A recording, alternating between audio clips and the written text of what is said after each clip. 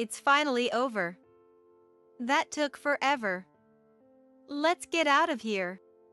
David, Eric, now that your dad is gone too, I don't have to take care of you two anymore, right? Right after the funeral for my son Charlie, his wife Olivia blurted out those unbelievable words. What could have possibly possessed her to say something like that? How could she say such a terrible thing to the twins, David and Eric, who are drowning in grief over losing their father? You're the only parent these children have left now. Think about it. Huh? I'm remarrying a handsome doctor. The old hag can raise those twin brats. See ya. While I stood there in shock, Olivia selfishly spat out those lines and breezily walked away. The other attendees and I were stunned by this sudden turn of events. It's fine. After Olivia left, I muttered under my breath. I'll take responsibility for them. The chaotic funeral finally over, I returned home and collapsed into bed with a deep sigh. I was utterly exhausted, the day feeling longer than ever before. My eyelids grew heavy on their own. At 2 a.m., I was awoken by strange laughter coming from the next room. When I opened the door, there were two faces illuminated by the pale blue glow of a computer screen in the darkness. There were David and Eric, who should have been consumed by sorrow, laughing as they looked at the computer. I'm Zoe. Ever since I lost my beloved husband 3 years ago, I've been living alone in this house. The one joy in my life is when my adorable grandkids come to visit. Today, my grandsons David and Eric are coming over to play for the first time in a while. So I've been restless with anticipation since morning. Even though lunch preparations are done, I wander around the house feeling like something is missing. Ah, that's right. The camera. The other day, the twins, who just started elementary school, said they would show me their new school uniforms. I started looking for the camera so I could properly capture them in all their glory. Found it. Now I'm all set. Just as I finally felt at ease, I heard a car engine stop in front of the house. Grandma. Hello. Hello. Energetic voices rang out from the entryway. Coming. Welcome, you two. I called back as I hurried to the front door, where David and Eric stood wearing their new backpacks and uniforms. Behind them, my son Charlie and his wife Olivia walked up. Mom, I'm home. Hi, Zoe. Long time no see. I'm so glad you all could make it. Come on in. I welcomed my son's family into the house and we had a photo shoot with the kids in their school uniforms.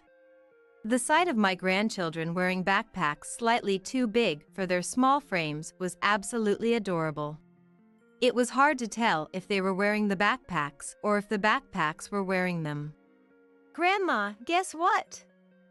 Eric and I are in different classes, David shared excitedly.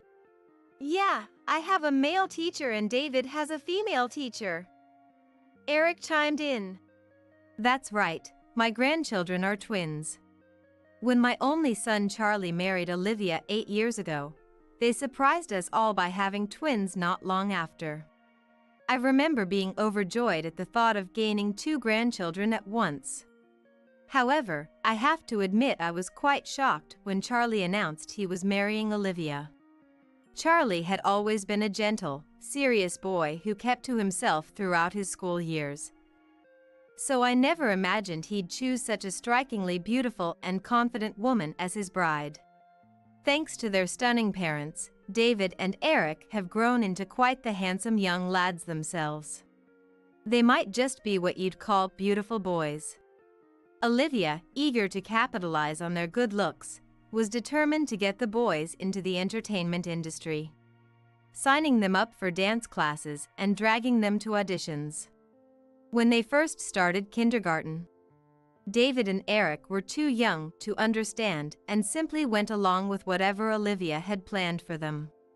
As I prepared lunch in the kitchen with Charlie, my mind wandered, curious about what the boys had been up to lately. While Olivia stepped out to the car to grab something she forgot, Charlie leaned in and whispered, "Mom, there's something I need to tell you." It seemed to be about David and Eric. Right after they started elementary school, they started rebelling, saying they didn't want to dance anymore and hated the idea of being on TV. For a while there, things were pretty rocky between them and Olivia. Apparently, as they developed stronger senses of self in elementary school, they made their feelings clear to Charlie and Olivia. It seems they take after Charlie, both shy and uncomfortable with being in the spotlight. Olivia tried her best to keep them going, but in the end, we decided to let them quit for their own well-being. It almost caused some serious tension between us, to be honest. Things are okay now, though. Charlie confided in me quietly, not wanting Olivia or the kids to overhear. I had been worrying about how they were doing lately but hadn't found the right moment to ask. I'm glad Charlie opened up to me. It sounds like the boys are focusing on adjusting to their new school life now. We all gathered around the dining table as David and Eric regaled us with tales of their school adventures. I had been concerned, knowing how reserved they can be, but I was relieved to see they seemed to be enjoying school. After a lively meal and conversation, my heart swelled with happiness as I watched them head home with bright smiles on their faces. A few months later, my son's family of 4 came to visit again. So David, Eric, what new things have you boys been up to lately? I inquired. I learned how to make my drawings move on the computer, David proclaimed proudly. And I'm in the middle of learning the C programming language, Eric added. I'm sorry, I asked you to explain it to me, but it went right over my head. But it sounds like you're learning some incredible things. These days, both boys are far more passionate about computers than sports. I know next to nothing about computers myself. But from what Charlie has told me, there's no doubt that David and Eric's computer skills are leagues ahead of other kids their age. Charlie and I both believe the twins have a real talent for computers and have high hopes for their future in the field. Charlie has even been looking into programming classes in the area for them. I don't get why they're so into those boring computers. They'd be way more likely to get famous and make money if they got on TV instead, Olivia grumbled, clearly not thrilled with their budding interest in technology. Perhaps she still hasn't given up on her dreams of turning them into child stars. What's the harm in letting the kids do what they love? Charlie said, trying to calm Olivia down. I nodded in agreement, thinking to myself, there's nothing that would make me happier than seeing my grandchildren thriving and doing what they enjoy. As time passed, David and Eric entered the 6th grade. They were still as passionate about computers as ever. And apparently they had even completed and graduated from a programming class a few years prior. Lately, it seems Charlie has been away on business trips frequently, often leaving the house empty. As a result, when Olivia's work schedule leaves the kids alone, David and Eric often come over to my house to hang out. Dad's never home these days, so we can't go out and do anything fun, Eric complained. Yeah, he promised we'd go camping next holiday, but who knows if he'll actually follow through, David added with a sigh. Your dad must be really busy with work. I'm sure he's doing his best and holding back his desire to spend time with you boys, so we should cheer him on, I encouraged them. David and Eric seemed a bit dissatisfied with the lack of quality time with Charlie due to his hectic work schedule. A while back, Charlie had excitedly shared with me that he'd been put in charge of a major project that could make or break the company. That project must have finally kicked into high gear, and he's been working hard alongside his team. Come to think of it, I've started watching them overnight quite often recently, not just during the day. At first, I was more than happy to help out. thinking it would give Olivia a much-needed breather since she's practically raising the kids on her own while juggling work. However, it seems that every time Charlie goes on a business trip, she ends up staying out overnight. While I absolutely adore spending time with my grandchildren, it feels like it's been happening a lot more frequently. Since they're in 6th grade now, I figured they wouldn't need too much hands-on care, but perhaps Olivia is finding it overwhelming. Zoe, sorry to bother you again. I'll be leaving them in your care today. Olivia called out breezily as she dashed off. David and Eric would be staying over again tonight. Oh no, I forgot my cold medicine. David suddenly remembered. Oh dear, you've caught a cold? That's not good. Olivia just left, so why don't I give her a call and ask her to bring it over? I offered. I dialed Olivia's number. It rang several times, but no one picked up. Eventually, it went to voicemail. Olivia wasn't answering her phone. Mom, she didn't pick up.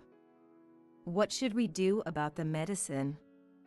I hope David's cold doesn't get worse, I fretted. Oh yeah, Grandma, whenever Mom has something important going on, she turns her smartphone off, David chimed in. His words caught me off guard. What? So you're saying whenever she's busy with something important, there's no way to reach her at all? Yep, even when we call, it never goes through. But don't worry, Grandma, my cold isn't that bad. I'll be okay, David reassured me. Compared to my growing concern, the two boys seemed completely unfazed.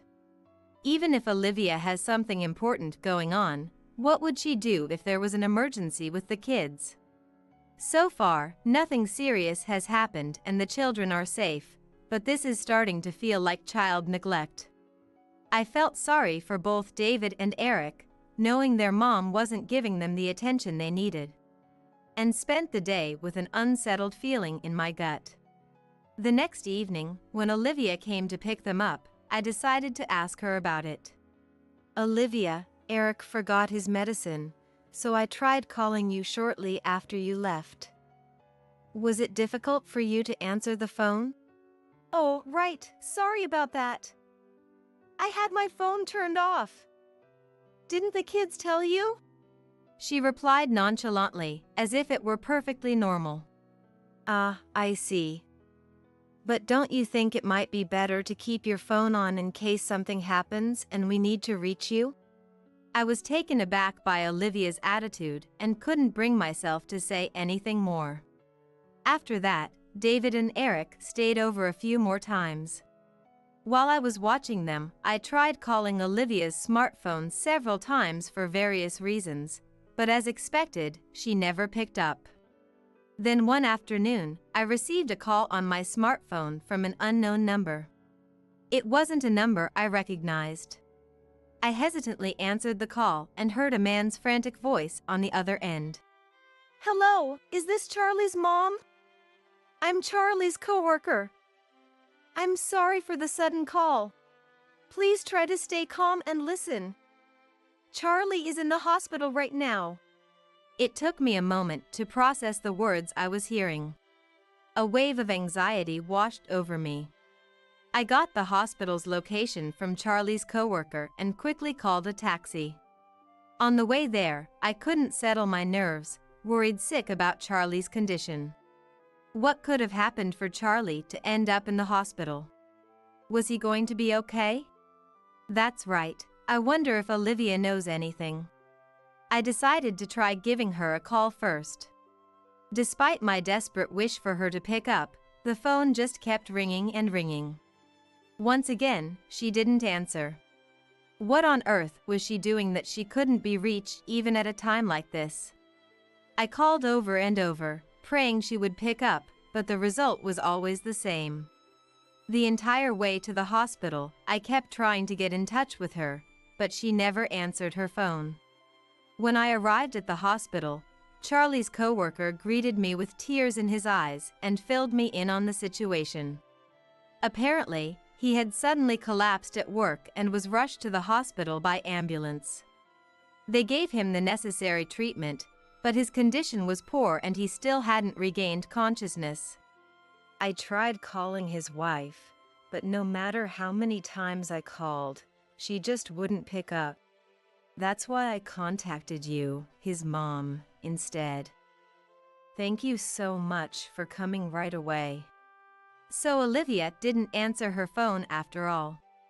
Apparently, he had been suffering from insomnia lately and his complexion had been poor, causing concern at work just before this happened. Was he so busy with work that he couldn't even sleep? Did he push himself too hard? I couldn't help but regret his diligent nature. I knew I needed to let Olivia know what was going on, so I decided to head to Charlie's house. Worried sick about Charlie's condition, I left the hospital with a heavy heart.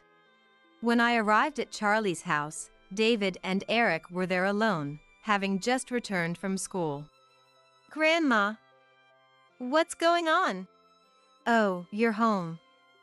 Is your mom not back yet? Not yet. Should we wait here for her?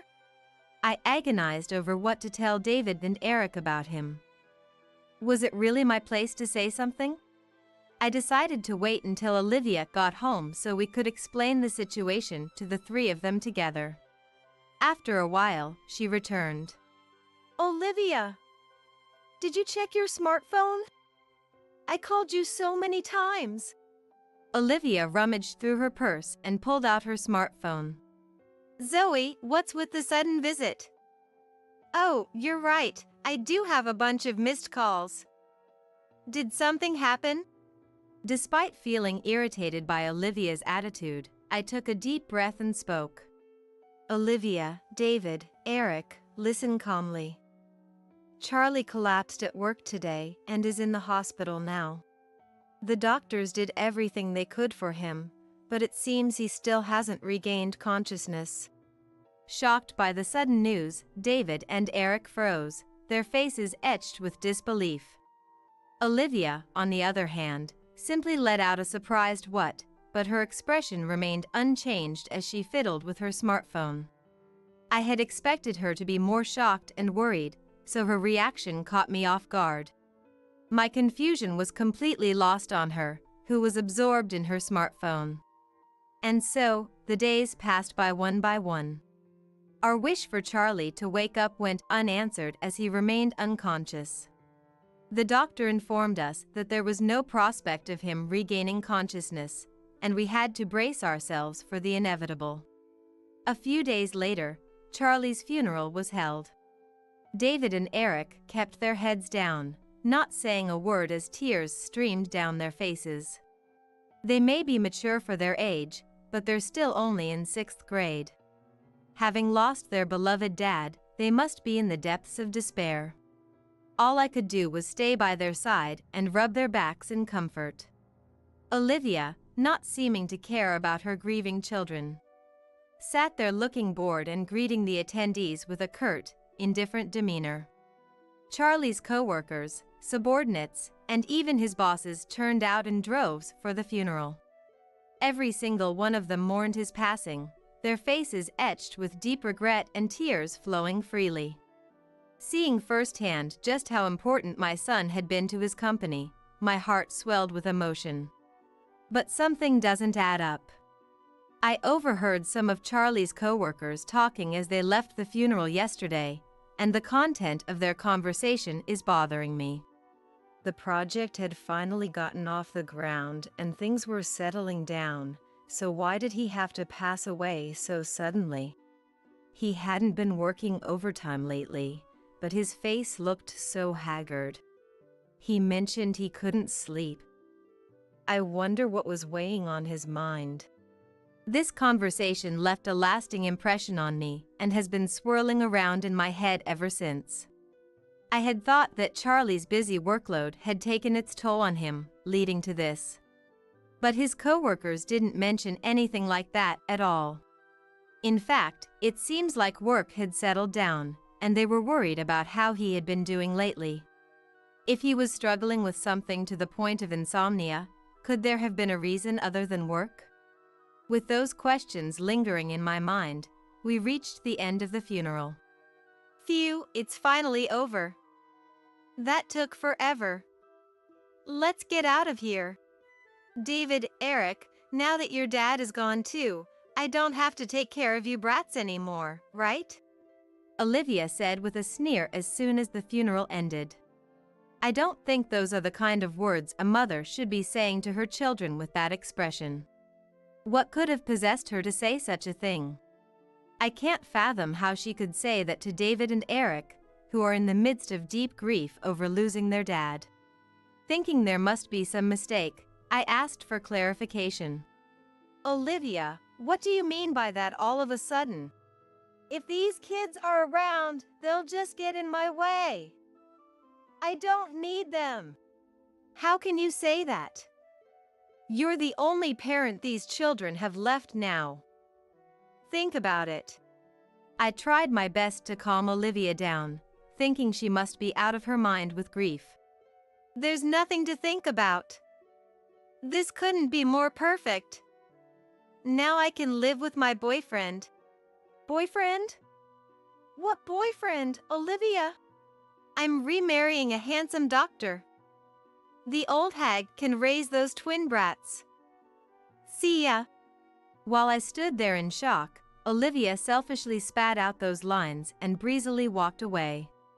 The other attendees and I were stunned by this sudden turn of events. It's fine.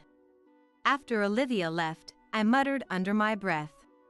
I'll take responsibility for David and Eric. Rather than growing up with the pain of being abandoned by their mom, I'm sure I can provide them with a much better environment living with me. More than anything, I'm happy to have the chance to live with my adorable grandchildren. As I steeled my resolve in my heart, David spoke up. Grandma, can we live with you? Of course you can, that goes without saying. David smiled, looking relieved. I'd rather live with Grandma than Mom. Mom's never home anyway. I don't think she cares about us, Eric said. His words pierced my heart. What kind of mother makes her children say such things? Was Olivia really that indifferent to them? We stopped by Charlie's house to quickly pack some of David and Eric's things before finally making it back to my place. After finishing dinner, David and Eric seemed exhausted, barely speaking and looking sleepy. They must be physically and emotionally drained after today. Not only did they have to say goodbye to their dad, but their mom up and left them too. I can't help but worry about their mental state. They both seem so calm, as if they've already accepted this sudden turn of events, but who knows what thoughts are swirling in their minds. Rather than saying anything, I suppose all I can do for now is keep an eye on them. You two must be so tired after everything today. Get some good rest, okay? Once I finish tidying up, I should get to bed early too. By the time I was done with the housework, David and Eric were no longer in the living room. It seems they had taken their showers and gone back to their room. I finally crawled into bed and let out a deep sigh. Suddenly, the events of the day flashed through my mind like a whirlwind. Does Olivia really intend to give up her children for good? Even though it was late, I tried calling her one more time, wanting to confirm how she really felt. I had a sliver of hope that she might answer, but the call went straight to voicemail. I was so utterly exhausted, the day feeling longer than ever before. My eyelids grew heavy on their own. At 2 a.m., I was awoken by the strange sound of laughter coming from the next room. Thinking I must be hearing things, I listened closer, but the laughter indeed continued. They were supposed to be sleeping in the room next door. Those boys should be fast asleep, right? I thought to myself as I quietly crept over to peek into their room just to be sure. When I opened the door, there were two faces illuminated by the pale blue glow of a computer screen in the darkness. David and Eric, who I thought were sleeping, were actually laughing as they looked at the computer. What are you two doing up in the middle of the night like this? Oh, Grandma. Did we wake you? Sorry about that. Hey, Grandma, come take a look at this. I did as they asked and peered at the computer screen. Olivia? Darling? Whose WhatsApp is this? Don't tell me. Yup. This is Mom's WhatsApp with her boyfriend. On the computer screen, I saw a log of Olivia's WhatsApp conversation with a man who appeared to be her boyfriend. Grandma, you probably have a notification on your smartphone by now too. At their prompting, I went to grab my smartphone and checked. Sure enough, there was a notification. I opened it to find the same WhatsApp log that was displayed on the computer screen had been sent to me. How did you do this? Was it you two? David and Eric answered with bright, clear faces. Yeah. We did it. By now, the image should have been sent to everyone registered in Mom's smartphone. What? What do you mean? Confused, I asked the two of them to explain the situation. I think it's Mom's fault that Dad collapsed, David said. Apparently, Charlie had grown suspicious of Olivia's increasingly frequent overnight absences lately. David overheard Charlie confronting Olivia, demanding to know where she was and what she was doing. But she completely ignored him and brushed him off. Maybe it's because we're still kids. I'm sure Dad was struggling with something, but he never told us anything. It seems Charlie was agonizing over how to deal with Olivia's frequent absences and her constantly leaving the children with me. Sometimes when I was sleeping next to Dad, I'd wake up because I could hear him making pained noises.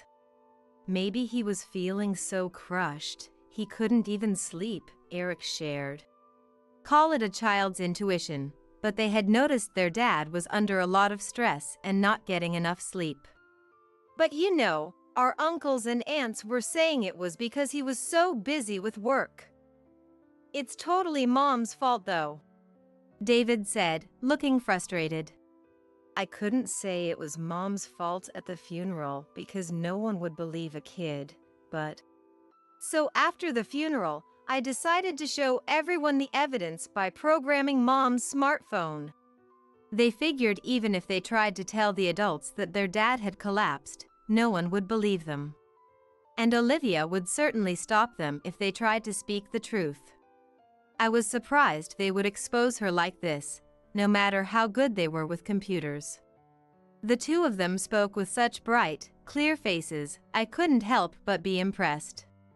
Still, I wondered how they had managed to manipulate Olivia's smartphone when she was rarely home, so I asked. Mom's really bad at using smartphones and PC devices. That's why we always set things up for her. We memorized all her passwords and stuff then. We happened to see her WhatsApp too, and that's how we figured out who she was always with. When Mom's with that guy she calls darling, she really does turn her smartphone off. So we made it so the information would send when she turned it off. So if the images are being sent now, that means her phone is off. Look, all the evidence we prepared is being sent. I checked the notifications on my own smartphone. The brats are going to the old hag's house, so I'll be with Darling today and tomorrow. Darling is so handsome and talented, but my husband, he works so hard all the time but barely makes any money. There's no comparison. Maybe I should frame my husband for cheating so I can divorce him and get a big payout in the settlement. There were so many unbelievable messages. As I opened the notifications, I even saw some about David and Eric. I thought they'd be able to make money since I gave birth to such handsome boys. But neither of them wants to enter the entertainment industry, and they don't have the guts to stick with it. Unbelievable. I paid so much money for their dance lessons and auditions, such a waste. Those kids are nothing but a disappointment. What a mother she is. She forced her own selfish desires on her children and then calls them a disappointment. I really feel for these poor kids. I had always sensed that Olivia was a woman who spoke her mind, but I never imagined she would badmouth others with such a foul mouth. I thought she was just being rude at the funeral because emotions were running high, but is this her true nature? I wonder if Charlie knew this was the kind of person she was, or if he had been deceived. Discovering Olivia's true colors was a huge shock to me. In stark contrast to my shock, David and Eric seemed to have rather refreshed expressions on their faces. I bet our relatives and Mom's friends are all freaking out right about now. A few days later, I received a call from Olivia's mom. I can't even begin to apologize for my daughter's actions. I don't know how to make amends. She kept apologizing profusely, sounding incredibly remorseful. Since what's done is done and can't be undone, I accepted her apology and asked how Olivia was doing. According to her mom, ever since the exposé, her relatives and friends had cut ties with her. As a result, she had no idea where Olivia was or what she was doing now. I guess that's to be expected. I thought to myself, unsurprised. To be honest, there were days when I worried if I had made the right choice by suddenly taking in David and Eric. But I was relieved that we had cut ties with Olivia early on, before she could derail these children's lives any further. I truly believe they'll be able to live much happier lives without Olivia's influence. And apparently, even the man she was cheating with, who she was so keen on remarrying, saw her true colors and dumped her. But that wasn't all. This time, with the evidence of her infidelity spreading even to her friends, one of them decided to track down and investigate the man she was cheating with. As it turns out, he had a bad reputation with women and was dating a bunch of them. She was just one of many. Moreover, his claim of being a doctor was a lie. He was actually just a regular employee at a small company.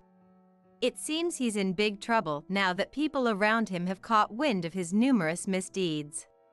Sometime later, I received a call from Charlie's company. They informed me that they would be treating Charlie's death as a work-related accident, so we would be receiving compensation. I knew that his death wasn't the company's fault. So I felt terribly guilty about it being recognized as a work-related accident and receiving compensation. I couldn't just keep quiet and accept the money, so I went to see Charlie's boss. I'm so sorry for all the trouble my son has caused. The truth is, he didn't collapse because of work. It was due to the stress from his wife. I explained, detailing everything that had happened. Charlie's boss looked shocked as he finished listening to my story. But his expression quickly turned serious again. No, regardless of the reason, we want you to accept the compensation. Please think of it as our final way of recognizing Charlie's contributions, he said. He had apparently brought the project to the verge of completion, and thanks to his efforts, it had been a huge success. Charlie's contributions were immense, and they said the project never would have gotten off the ground without him pushing it forward. This project had been the catalyst for the company's significant growth. So they were immensely grateful to him, but regretted not being able to express their appreciation directly. I was so happy to hear them hold him in such high regard. Charlie's life, spent working diligently and doing his best, hadn't been in vain after all. If only I could tell him directly that the project had succeeded, that the company had grown thanks to him. But that wish will never come true. Hoping that he would be rewarded even a little in heaven, I decided to accept the compensation money. The amount was more than enough to cover David and Eric's future educational expenses.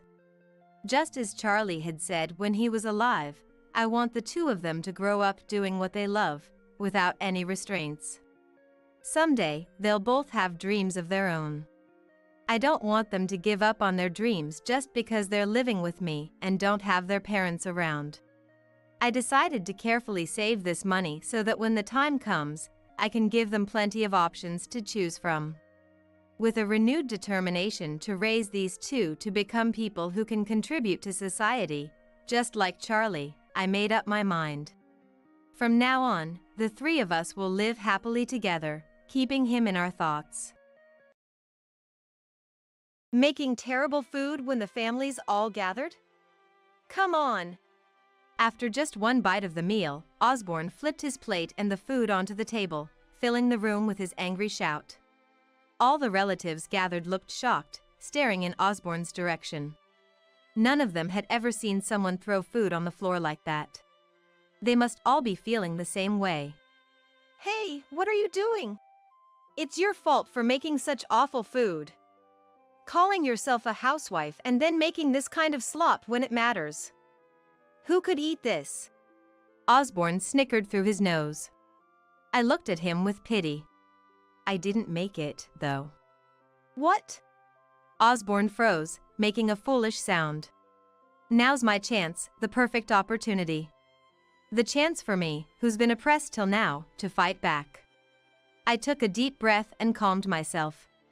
My name is Shelley, 32 years old. I used to work for a condominium management company until I got married a year ago and resigned to become a housewife. I would have continued working if not for my husband Osborne's strong insistence that he wanted his wife to be a housewife. I listened to Osborne's request and left my job. Truth be told, I would have liked to work a bit longer, but considering Osborne's income, I figured we could live comfortably without me needing to work. Osborne works for a major consulting firm.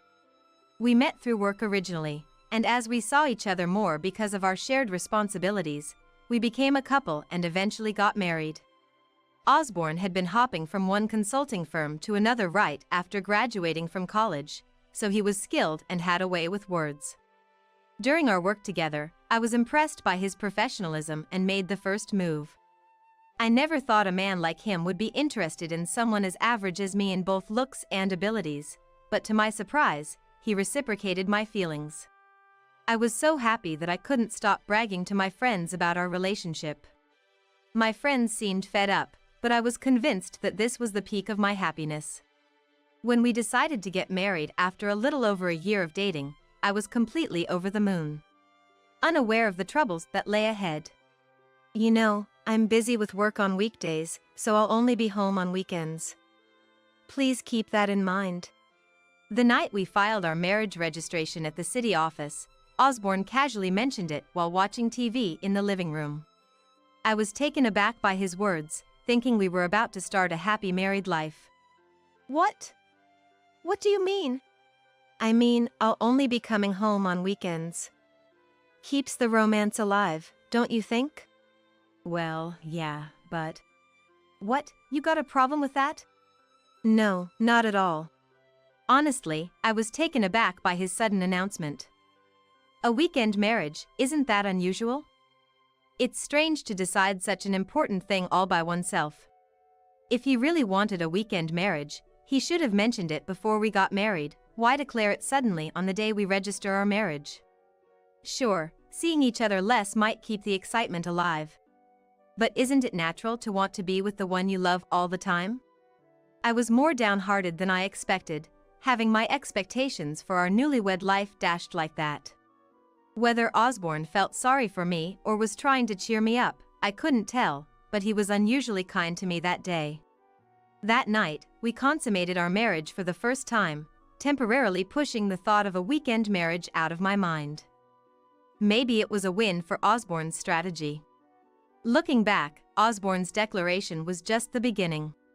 Little did I know, I was about to face much bigger challenges than a mere weekend marriage.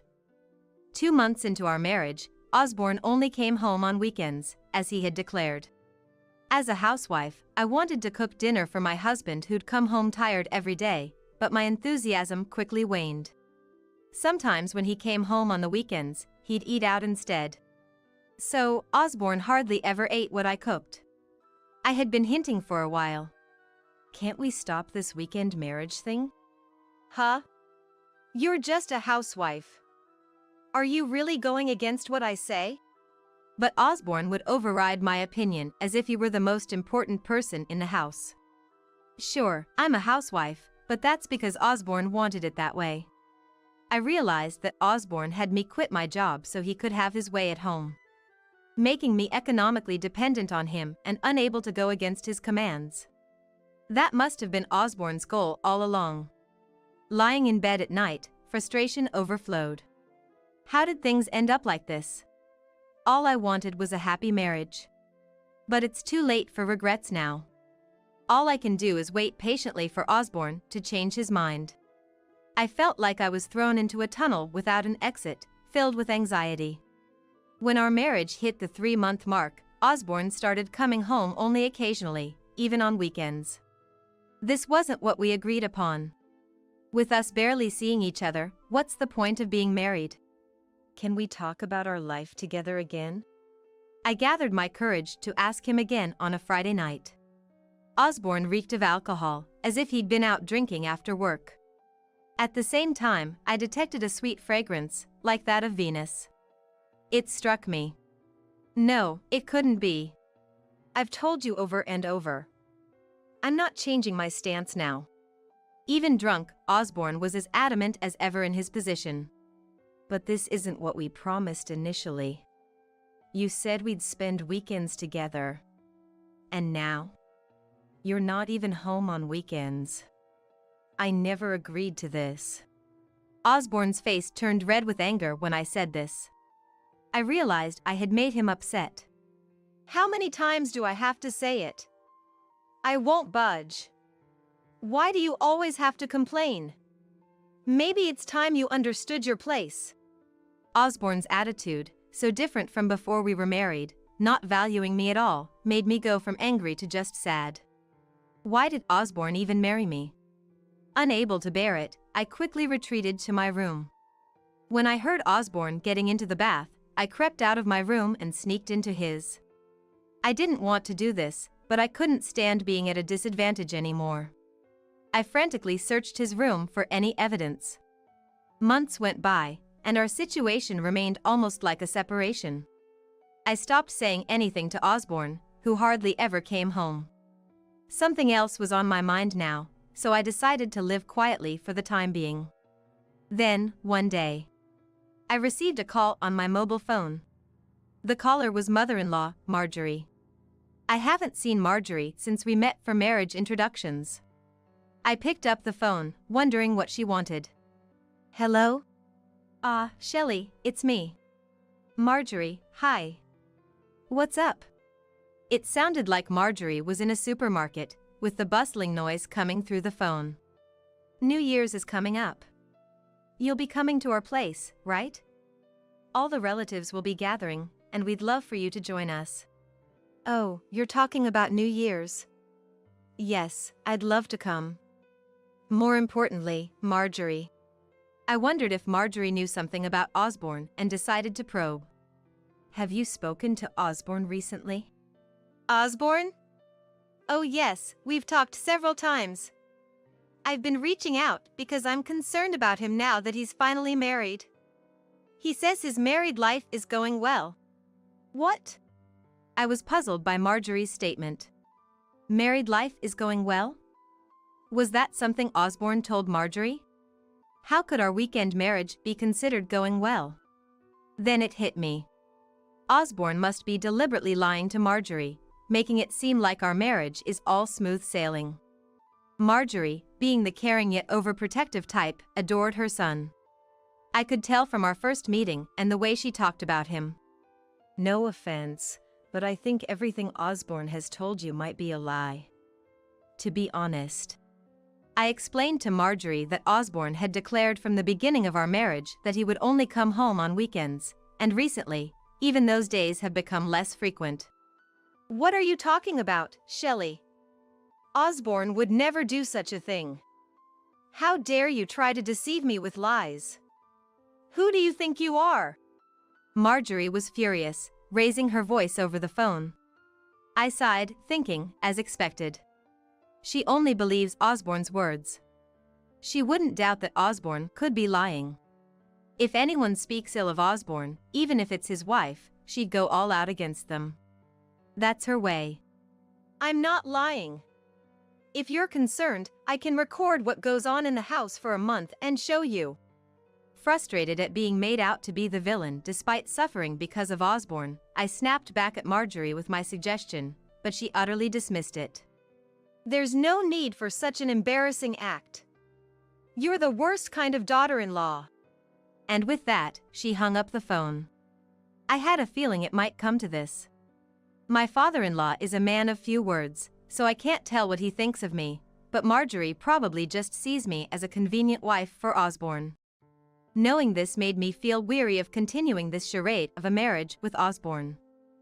I decided it was time to put into action a plan I had been considering for a while.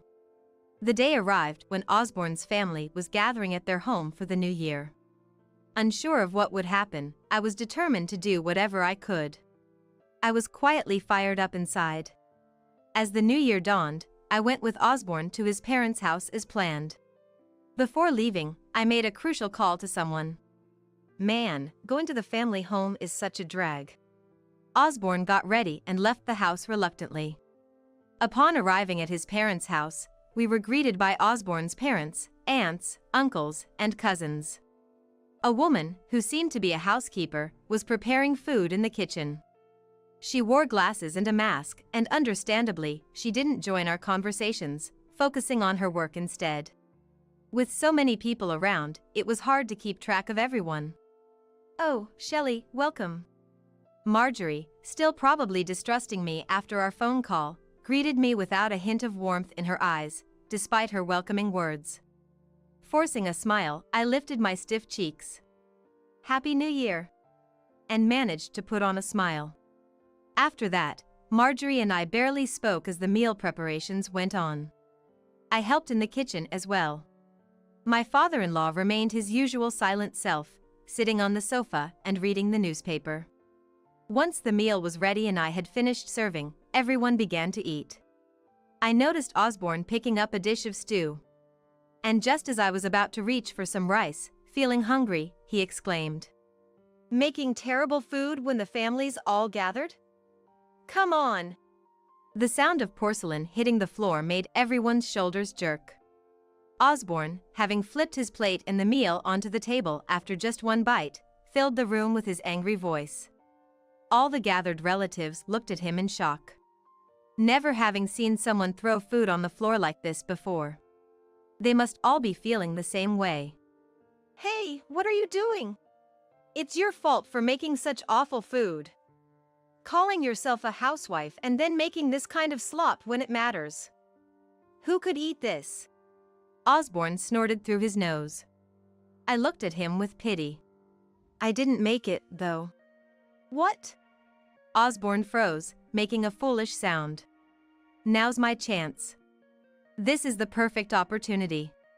The chance for me, who's been oppressed till now, to fight back. I took a deep breath and calmed myself. What are you talking about? You were in the kitchen preparing the meal just now. Osborne looked at me, confused, and snorted through his nose. True, I was in the kitchen. But the housekeeper was there too, right? I was just setting the table. The housekeeper made the meal. Right? I directed my gaze towards the housekeeper, who was supposed to be resting in the back room. Seeing the housekeeper, who had unexpectedly appeared, all the relatives were taken aback. Yes, that's correct. See? And just so you know, I invited the housekeeper. Let me introduce her. This is my mom. The housekeeper, no, Mom, took off her glasses and mask. Osborne and his parents were shocked to see her face. They obviously knew Mom and were surprised to see her here. Weren't you the housekeeper Osborne hired? No. Like I'd arranged that. It seemed Marjorie had assumed Osborne had hired the housekeeper, and now she was trembling. Hey, Osborne, you know what my mom does for a living, right? She works at a traditional Japanese restaurant and makes delicious meals every day. But today, she made the dishes lighter for the family. Why did you think I made the meal? Because you were in the kitchen until just now. Osborne raised his voice in frustration in response to my question. Indeed, from an objective standpoint, it might have seemed natural for him to assume that I, having been in the kitchen, had cooked the meal with my mom. However, what Osborne, who hardly ever ate my cooking, didn't realize was that my cooking style is quite different. Unlike the meal my mom prepared today, which was light in flavor, my dishes tend to be richer and more robust. I prefer my food with plenty of soy sauce and mirin, making it quite flavorful. That's true. But the main reason is that you've hardly ever eaten my cooking. Huh? What do you mean? Everyone except Osborne, confused by the situation, widened their eyes. Osborne's face turned pale, and he froze on the spot. I decided to confront him and lay bare all his dishonesty right then and there. On the day we registered our marriage, Osborne declared to me that he would only come home on weekends and spend the weekdays away. It was a so-called weekend marriage. He never mentioned such a thing before we got married.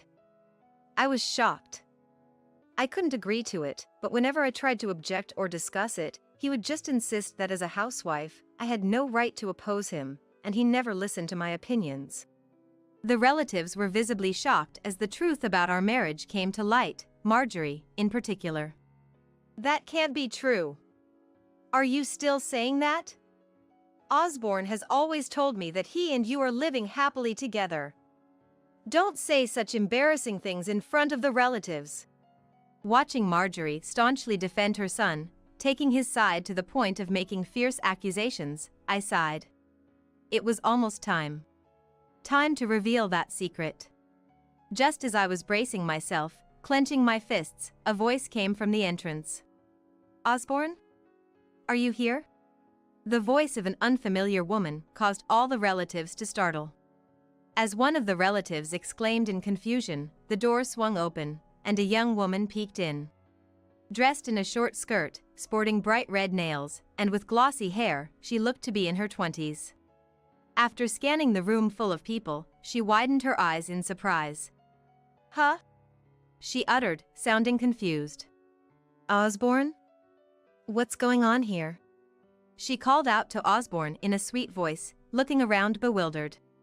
It was clear that everyone except me was struggling to grasp the situation. Noreen, why are you here? Osborne's expression, filled with surprise, only added to Noreen's confusion as she tilted her head, unable to understand the situation.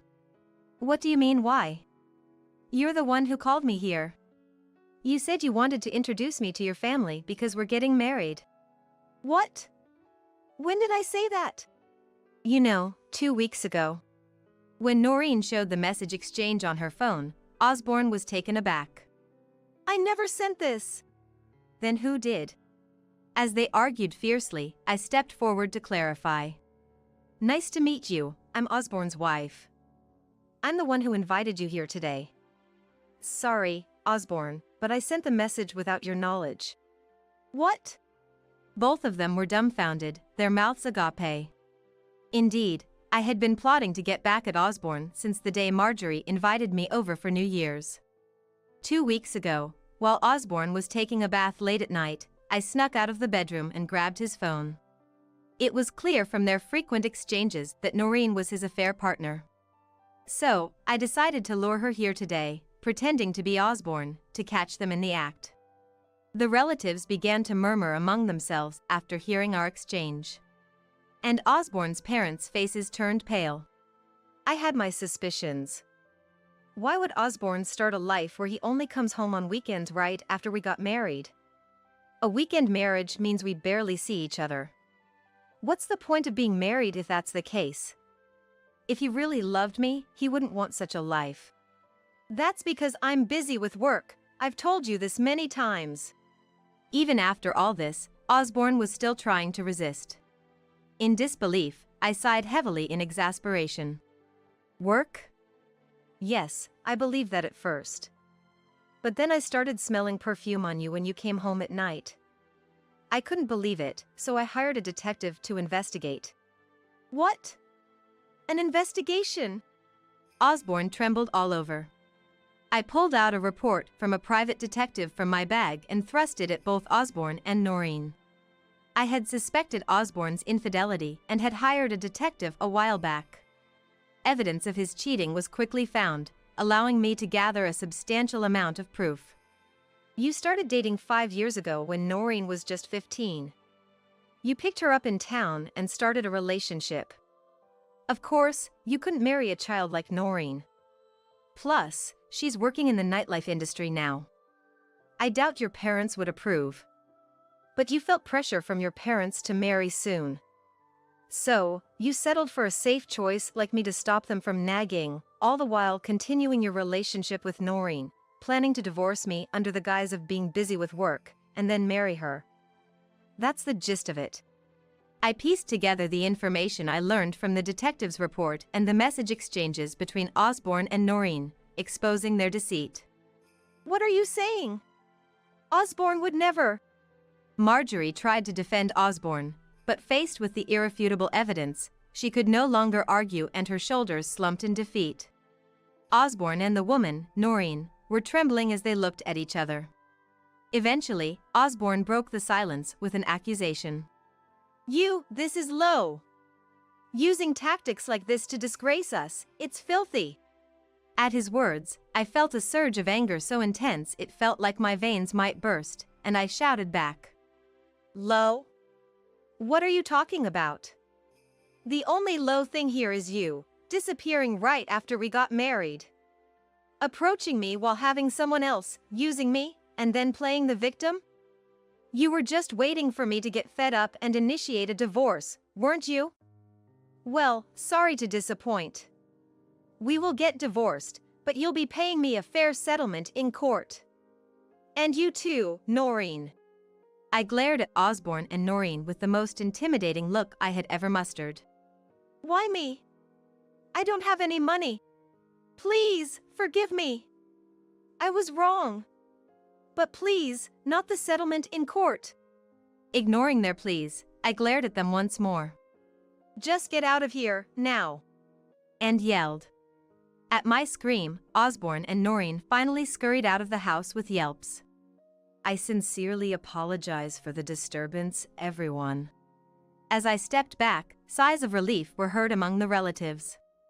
They were all dumbfounded by Osborne's actions, at a loss for words. Shelley. I don't know what to say. Marjorie, who had staunchly believed in Osborne and criticized me, now looked away awkwardly. I left the in-laws' house with my mom, who had pretended to be the housekeeper. I likely wouldn't return to this house again. My troubled marriage of 1 year to Osborne thus came to an end. A few days later, I had Osborne sign the divorce papers and filed them at the city hall. I was officially single again. Although now divorced, my marriage had been so brief and distant that it hardly felt different. Since Osborne and I had lived in a rented apartment, I effectively evicted him without further issues. Afterward, Osborne, lacking funds due to squandering money on his mistress, had to ask relatives for a loan to pay the settlement ordered in the divorce. Despite his supposed elite job, his financial woes were due to his lavish spending on his mistress. However, after the New Year's incident, no relative was willing to lend him money. He was forced to take out a bank loan. Noreen, too, took out a loan to pay her part of the settlement for the divorce court. With both of them now embroiled in the struggle to repay their loans, any plans for marriage had to be postponed. At least until they managed to clear their debts, as both sets of parents unanimously advised against marriage under such financial strain. The in-laws, likely fed up with being entangled in any more trouble, seemed to think it was only fair for them to experience the hardship of debt repayment. Let him struggle with paying his debts for all I care. Compared to the year of suffering I endured, earning money to repay his debts seemed easy, almost like it was someone else's problem. Meanwhile, I returned to my previous job at the condominium management company and am now enjoying my work. It's much better for my mental health than staying cooped up at home. If I ever consider marriage again, I've quietly vowed to myself that it will be with someone who is supportive of both partners working. I'll leave the kid for you to take care. As I wondered what he meant, Thomas uttered something unbelievable. Apparently, He was taking advantage of our current separation to live with his affair partner. He wanted to divorce me right after my mother passed away to marry his mistress. I had heard that separation is often treated like divorce, making it hard to claim compensation for infidelity after separating. Not caring anymore, I hung up the phone. 3 days later, I had 23 missed calls from Thomas on my mobile phone. But I thought his actions were despicable and didn't respond, just blocked his number. However, Thomas was persistent. He even sent texts through social media, which he normally never uses. That's when I decided to fight back against Thomas. Fine, if that's how you want it, I'll show you hell. Thomas, who didn't even attend my mother's funeral and was planning an elopement with his mistress, didn't deserve any sympathy. I was determined to pay him back double for everything he had done to us. My name is Sandra, a 46-year-old part-time worker and a housewife. My family consists of my husband Thomas, a year older than me, and our 16-year-old daughter in high school, Margaret. We lived in a small apartment in the countryside.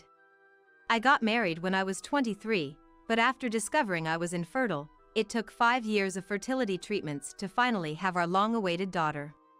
But after Margaret was born, I struggled with first-time parenting.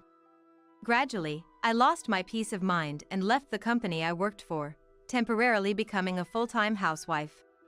In our society, whenever Margaret got sick, her mother, was called to accompany her to the hospital. This was what led me to quit my job. It wasn't that I hated caring for Margaret, but my boss indirectly suggested I resign, and I couldn't bear it and ran away. Eventually, staying at home all the time seemed depressing, so I put Margaret in daycare and started earning a bit as a part-time worker. Both Thomas and I couldn't forget the hardship of 5 years of fertility treatment, and we eventually settled on having just Margaret. I first noticed something was off with Thomas when Margaret was in upper elementary school. Margaret was academically gifted, so I really wanted her to try for private middle school. Margaret was positive about the idea of middle school entrance exams, and we even attended open campus events together to choose the best school. Thomas earned enough for us to live comfortably, even with me as a housewife. Plus, I was prepared to use my savings from before marriage or untouched part-time earnings for Margaret's education funds. But Thomas was adamantly against it. No. He was unyielding in his refusal to let Margaret take the exams. What's the point of a middle school entrance exam? Let her go to a regular middle school, that's enough for Margaret. Isn't the entrance exam something for daughters of company presidents or something? No matter how I tried to convince him, Thomas stubbornly refused. Finally, losing patience, I told Margaret, "You can take the exam if you want. I want to support what you want to do. Just focus on your studies without any worries." But Margaret just shook her head, looking sorry. She probably hated seeing us argue over her future. That's when I realized it. I shouldn't be showing this side of us to our child. I started to be extra careful not to get into intense arguments with Thomas for Margaret's sake. That marked the beginning of a life walking on eggshells around Thomas. But the more I tried to be careful, the more sensitive I became, and even trivial things would turn into arguments. Hey, I've been meaning to say this for a while. Isn't this stew too salty? I've always hated this kind of seasoning. Thomas suddenly confessed that he never liked my cooking. After our argument about the entrance exam, it seemed like he no longer held back. He started criticizing without care. For example, he started saying he didn't like Worcestershire sauce or that he always hated the tomatoes in his sandwiches. He kept going on about it at the dinner table, making me feel quite bad. So, reluctantly, I stopped adding tomatoes, which I used to make the dishes look good, and carrots, which he also said he didn't like. I don't want your lunch anymore. It doesn't look good and I lose my appetite. I responded to his requests, but to that he threw away the lunch I made. Fed up with his constant complaints, I finally exploded in anger. Then eat out. If you're going to complain that much, I won't make your sandwiches ever again. And from that point on, I stopped making sandwiches for Thomas altogether. A turning point came sometime later. It was when Margaret, who was attending a public middle school, was about to face high school entrance exams.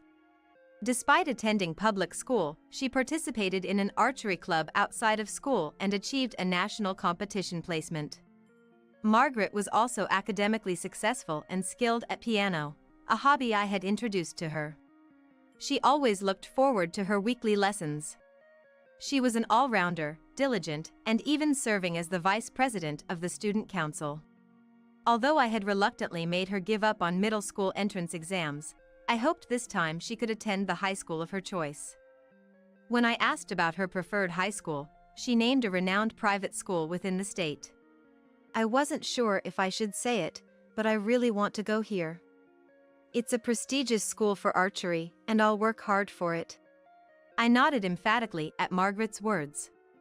Margaret had started to accommodate her father Thomas, always putting herself last.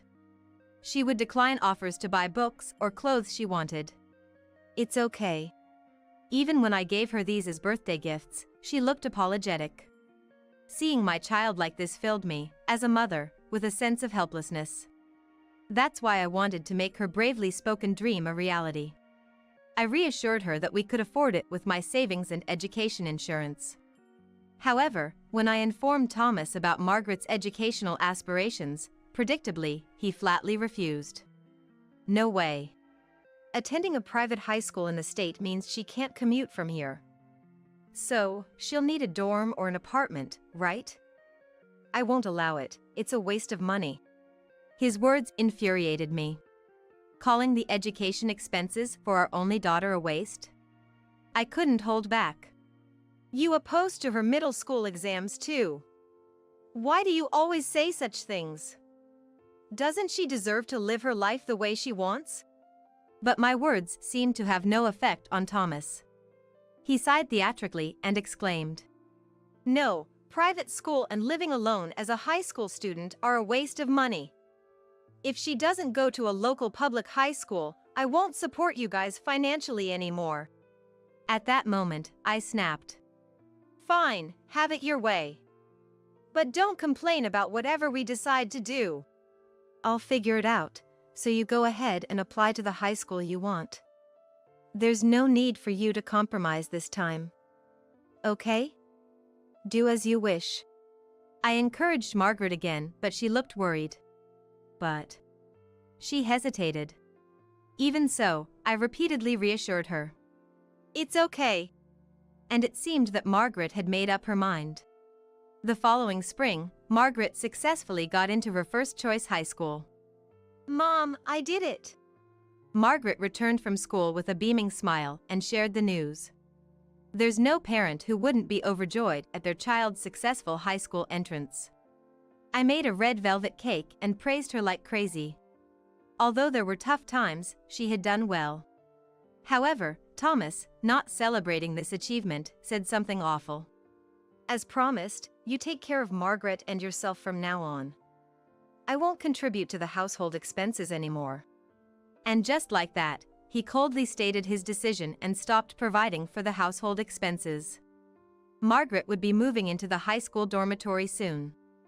For me, knowing that my parenting phase was somewhat coming to an end and having already decided to work as a regular employee at a hospital where an acquaintance worked, I didn't think I would struggle financially. Therefore, Thomas's words and actions didn't bother me anymore. Months had passed since Margaret started high school. She had adapted to her new life, and I was relieved to hear that. I was working part-time, similar to full-time hours, at a hospital where an acquaintance worked, with an expectation of being made a full-time employee soon. I thought we wouldn't struggle financially. Thus, Thomas's words and actions didn't bother me anymore. Although Thomas and I hadn't divorced yet, we had been living separately for months after he moved out to a different apartment. I was busy with my new life, but realizing I could live without Thomas, I planned to divorce him as soon as everything was ready. I assumed Thomas wouldn't want to continue this separation forever either. Believing this separation would end one way or another, I went to the city office to get divorce papers. But then, I received devastating news. My mom back home had passed away. When I got the call from my dad, I was so shocked that I collapsed. Mom had always been frail, in and out of hospitals since I was young. I remembered praying with Dad for her successful surgeries. I knew she had been battling cancer for a year now and understood that her time was limited. Still, the news of her passing was hard to accept. Dad, having lost his lifelong partner, looked utterly defeated and downcast. He clearly lacked the strength to act as the representative of the family at the funeral. So, I stepped up to take on that role. Being an only child, there was no one else who could do it. Dad weakly smiled at my offer. "That would be a great help," he said in a faint voice. We hadn't told anyone about our separation, not even Dad or our acquaintances. So, I thought it best to invite Thomas to the funeral. I quickly sent him a text with details about Mom's passing and the funeral arrangements. As expected, there was no reply. On the day of the funeral, Thomas didn't show up, and Margaret, who had come home for the occasion, muttered, "He's the worst." Even Dad, who looked so frail, was angry, feeling insulted for his wife and daughter. I had my own grievances against Thomas, but now wasn't the time for that. "Both of you, I feel the same way. But do you want to send her off with angry faces? Mom always said, nothing can beat a smile, didn't she?" My words reminded Dad and Margaret of Mom's cheerful nature. We managed to regain our composure and give Mom a proper send-off. That night, Thomas finally called back, but with an insensitive remark. "I'll leave the kid for you to take care." In such a situation, what was he thinking? As I silently pondered, Thomas, unasked, began to talk volubly. "Let me put it simple. I'm planning to elope with my girlfriend. She's younger and cuter than you." Apparently, he was living with his mistress, using our separation to his advantage, and wanted to divorce me right after my mom's death so he could marry her. I've heard separation is often treated like divorce, making it hard to claim alimony for infidelity afterwards. But for me, such things didn't matter anymore. "Oh, really? Do as you please," I replied and hung up the phone. 3 days later, I had 23 missed calls from Thomas on my mobile phone.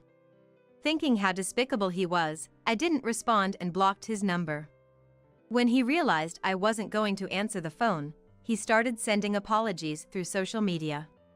That's when I decided to fight back against Thomas. "Fine, if that's how you want it, I'll show you hell." Thomas had declared abandoning me and Margaret at the time of my mother's funeral, and on top of that, he was planning an elopement with his mistress. Mercy was unnecessary for someone like him who had mistreated us. I decided to pay him back double for everything he had done. I immediately texted to Thomas. "Let's meet tomorrow." The next day, I waited for Thomas at the cafe where we had agreed to meet. A few minutes later, Thomas arrived in a hurry, his face pale and clearly agitated. I had nothing to say to him. So, I just silently, or perhaps glaringly, stared at him. Thomas, unnerved by my uncharacteristically explicit attitude, slowly began to speak. "I truly regret not being able to attend your mom's funeral. But there's a reason. I'm a bit shaken, you know, it was just bad timing." Curious, I listened to his explanation. Apparently, one of Thomas's relatives had collapsed and was in critical condition, needing surgery to have a chance of survival. "So what? If surgery is the only option, then just do it. What does that have to do with anything else?" Thomas's face twisted in anguish as he replied. "It's a complex surgical procedure that can't be done in a normal hospital. So, it's going to be expensive, and insurance won't cover it." According to Thomas, it was an advanced medical operation that had to be paid entirely out of pocket. His family decided to pool money, and Thomas had to contribute around $10,000. I was astounded. How could he so easily spin such lies? "It's not Betty or Richard, it's some relative I've never even met, right?" When I coldly responded, Thomas turned red with anger. "Don't be so cold. You, who just lost your mother, should understand my feelings." I understood, but it was an entirely different issue. First of all, the timing of your relative's illness right after my mother's death is suspicious. And is it really a disease that requires advanced medical treatment? What's the diagnosis? How much will the surgery cost in total? As I pressed him with my thoughts, Thomas stumbled over his words and fell silent. My family, being well-known local landowners, had savings close to $1 million, which I was aware of. Even though Thomas might not know the details, he knew my family was wealthy, so I suspected he was after the inheritance. Given his past behavior, I couldn't trust him, even if he genuinely needed a significant amount of money for a medical issue. I sighed exaggeratedly and then continued. What you and I need to discuss are divorce, custody, and division of assets. That's all. But then Thomas pleaded. Wait. I'll never do anything to make you sad again. Reconsider, please. His face was contorted, clearly desperate to change the situation. I spoke again, more firmly. I can't have any hope for a future with you anymore. If you feel sorry, please proceed with the divorce. Saying that, I stood up, paid only for my coffee, and left. That night, Thomas unexpectedly showed up at our house. Hey, I know you're in there, open the door. When Thomas left to start our separation, he said he'd never return and left the keys, so naturally, he couldn't get in. However, at that moment, I was in the bathroom and didn't notice Thomas's arrival. It appeared that Margaret had responded instead, and when I noticed something was amiss and went to the front door, I saw the two of them. Margaret was home for the summer holidays, and had been staying with us since the funeral. What I saw was Thomas deeply apologizing and Margaret standing tall, looking down on him. What's going on? Thomas, what are you doing here? Thomas looked up, begging for forgiveness. Please, I'm begging you. Can you just lend me $10,000 as an advance on the property division? I thought he had come to apologize, but he was still asking for money. It became clear that Thomas didn't care about me or Margaret. Frustrated, I almost let my anger take over but managed to hold back.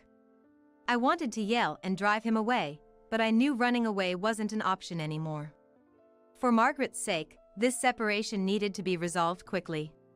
After taking a deep breath to calm myself, I said to Thomas, "That's irrelevant now.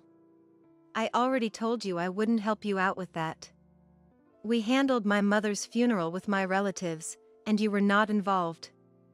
Therefore, I don't see any need to care for a relative of yours I've never met." Thomas seemed to lose his words in response, as if he had nothing to say back. Thomas had always been hands-off with my family matters, whether it was hospitalization or funerals. Yet, now that he was in a bind, he wanted my help, which was far too convenient. Realizing that nothing he said would change my mind, Thomas turned to Margaret. Margaret, you tell Mom too. To you, a relative of your father is family too, right? Come on, please. You're kind-hearted, you'd feel bad knowing a family member is sick, right? Typically quiet, and when he did speak it was usually sarcastic, but in such moments, Thomas became talkative. And now, he was clinging to the daughter he tried to abandon for his mistress, having not even paid for her high school. I felt a headache coming on. I endured a lot for Margaret's sake, but maybe it would have been better to have divorced from the start and lived just the two of us. But it was too late for regrets now. I wondered what Margaret was thinking. Maybe she'd be moved by her father's words and try to persuade me. But as embarrassing as it was for me to have even considered that for a moment, Margaret responded with a resolute expression. "Who are you?" Both Thomas and I were stunned by her response. It wasn't rejection or comfort, but a denial of his very existence. Watching Margaret's composed face, I felt relieved. Impressed by the strength of my grown-up daughter, Margaret continued without looking at Thomas. "You said you're leaving the kid to Mom, right? So, you've essentially abandoned your parental rights. You're divorcing Mom and going with your mistress, aren't you?" It seemed Margaret had overheard my phone conversation with Thomas. I thought I had been discreet, but she must have had her own thoughts about her father not attending the funeral. To her, a man who was separated and unfaithful saying he didn't need her, was nothing more than a stranger. She declared him an outsider. That left Thomas utterly devastated, frozen in place. Margaret sighed deeply and glared at him. After all the obstacles you've put in my path, don't try to act like a father now. To me, the only parent is Mom. I don't care about someone who didn't even show up for my beloved grandmother's funeral. Thomas stayed motionless for a while, but gradually seemed to grasp Margaret's words. Rising up with a furious look, he stared at Margaret. You ungrateful child! Do you know how much I've sacrificed for you? If you're going to say that, then pay back all the school fees I've paid up till middle school. How childish was he? Who demands repayment for raising their own child? It made me nauseous to think he was my husband. Thomas, about to say something more, stepped closer to us. Margaret, sensing fear, stepped back.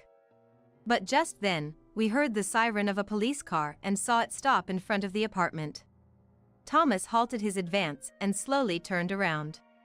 Outside, the people I faced were our neighbors, their expressions even more daunting than Thomas's. Caught up in the commotion with Thomas, I hadn't realized I left the front door open. The walls of the apartment are thin, and many people were home during the evening hours. A neighbor, having heard the ruckus, apparently called the police. When Thomas realized the police were there for him, he became visibly flustered, losing all his previous bravado. The officers stepped out of the patrol car and came straight to us to inquire about the situation. Our neighbors had reported Thomas as a suspicious person. I've always had a good relationship with my neighbors. And when I mentioned my mother's funeral, they even said, "Please let us pay our respects." So they attended, and noticing that Thomas was absent, I had candidly explained. Remembering how they had unanimously condemned Thomas's absence and behavior recently, it was no surprise they called the police when they heard him causing a scene. Thomas always said neighborhood relations were unnecessary, but in that moment, I was grateful for our close-knit community. And the police didn't irresponsibly leave the scene unresolved. Thomas desperately tried to clear up the misunderstanding. I'm the head of this household. What's wrong with a husband returning to his wife and daughter's home? This is just a little family disagreement, nothing that needs to trouble the police. That's what he was pleading. His earnest plea only sparked a chorus of boos from onlookers. The officer calmed the crowd and then asked me if Thomas's claims were true. I answered honestly. I'm embarrassed to say, but we are currently separated. My husband already has someone else, and we were ready for divorce. I've even prepared the divorce papers. The officer believed my story and instructed Thomas to return to his current residence. The neighbors, who had been watching from a distance, emanated an aura of go back home already. Thomas still seemed eager to argue, but I told him, this won't solve anything. Besides, when we separated, this house was transferred to my name, and I've been paying the rent. Don't just barge in. He had no reply to that. Margaret then chimed in, echoing my sentiment. Officer, I'm scared of this man. That seemed to be the final straw. The police, recognizing the need to protect Margaret, a minor, firmly told Thomas, Dad, it's time to go home. Facing the backlash, Thomas realized his efforts were futile and dejectedly left. 2 weeks have passed since Thomas's visit. I consulted a lawyer about the incident and decided to proceed with the divorce, seeking their assistance. Given Thomas's behavior, a straightforward discussion seemed unlikely. The lawyer agreed, confirming my decision was right. Finally, the day came to speak with Thomas again. He appeared dejected, but I unceremoniously handed him the documents without a word. Thomas browsed through them, puzzled at first, but his expression turned to one of shock. Wait, what is this? How did you find this out? The document detailed a compensation claim against Thomas and his mistress. All of Thomas's previous behavior was a facade. While it was true he had an affair, the woman had instigated him to play a part. If the mother-in-law had passed away, Sandra will inherit something, right? Just shake her up a bit, and she'll probably want to settle with money. It'll be easier for us to get married. How about getting around $10,000? The story about needing money for advanced medical treatment for a sick family member was a lie. It was a fictional scenario created to swindle money from me. I had felt uneasy about the whole situation. After the funeral, Thomas had called nonchalantly, ready to break up, but then suddenly turned desperate by dawn. I suspected there was more to it. The timing was too convenient. Trusting my intuition, right after Thomas's call, I secretly hired a private investigator to conduct a background check. With Thomas openly admitting his affair, he made no attempt to hide his infidelity, making gathering evidence straightforward. Furthermore, emboldened by his admission, he was captured toasting with his mistress. To our 5th anniversary, cheers! This meant Thomas had been having an affair for 5 years, even before our separation when our marriage wasn't yet in disarray. This meant I could claim compensation. Confronted with his lies exposed, Thomas began to tremble. His hands weakened, dropping the stack of papers on the desk. His eyes became vacant, his mouth moving as if searching for words. After 5 minutes, he managed to utter, "What should I do?" I leaned forward as if I had been waiting for those words. I'll be claiming $30,000 from you as compensation for the affair and the emotional distress you've caused me. And from the other woman, $10,000. These amounts were the maximum claimable according to standard rates.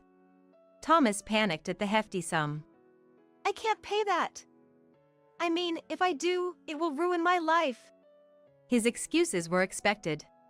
So, I presented an alternative. Then let's settle it with compensation in the form of property division. But child support is a separate matter. You'll pay for all of Margaret's expenses, including her high school and future college fees.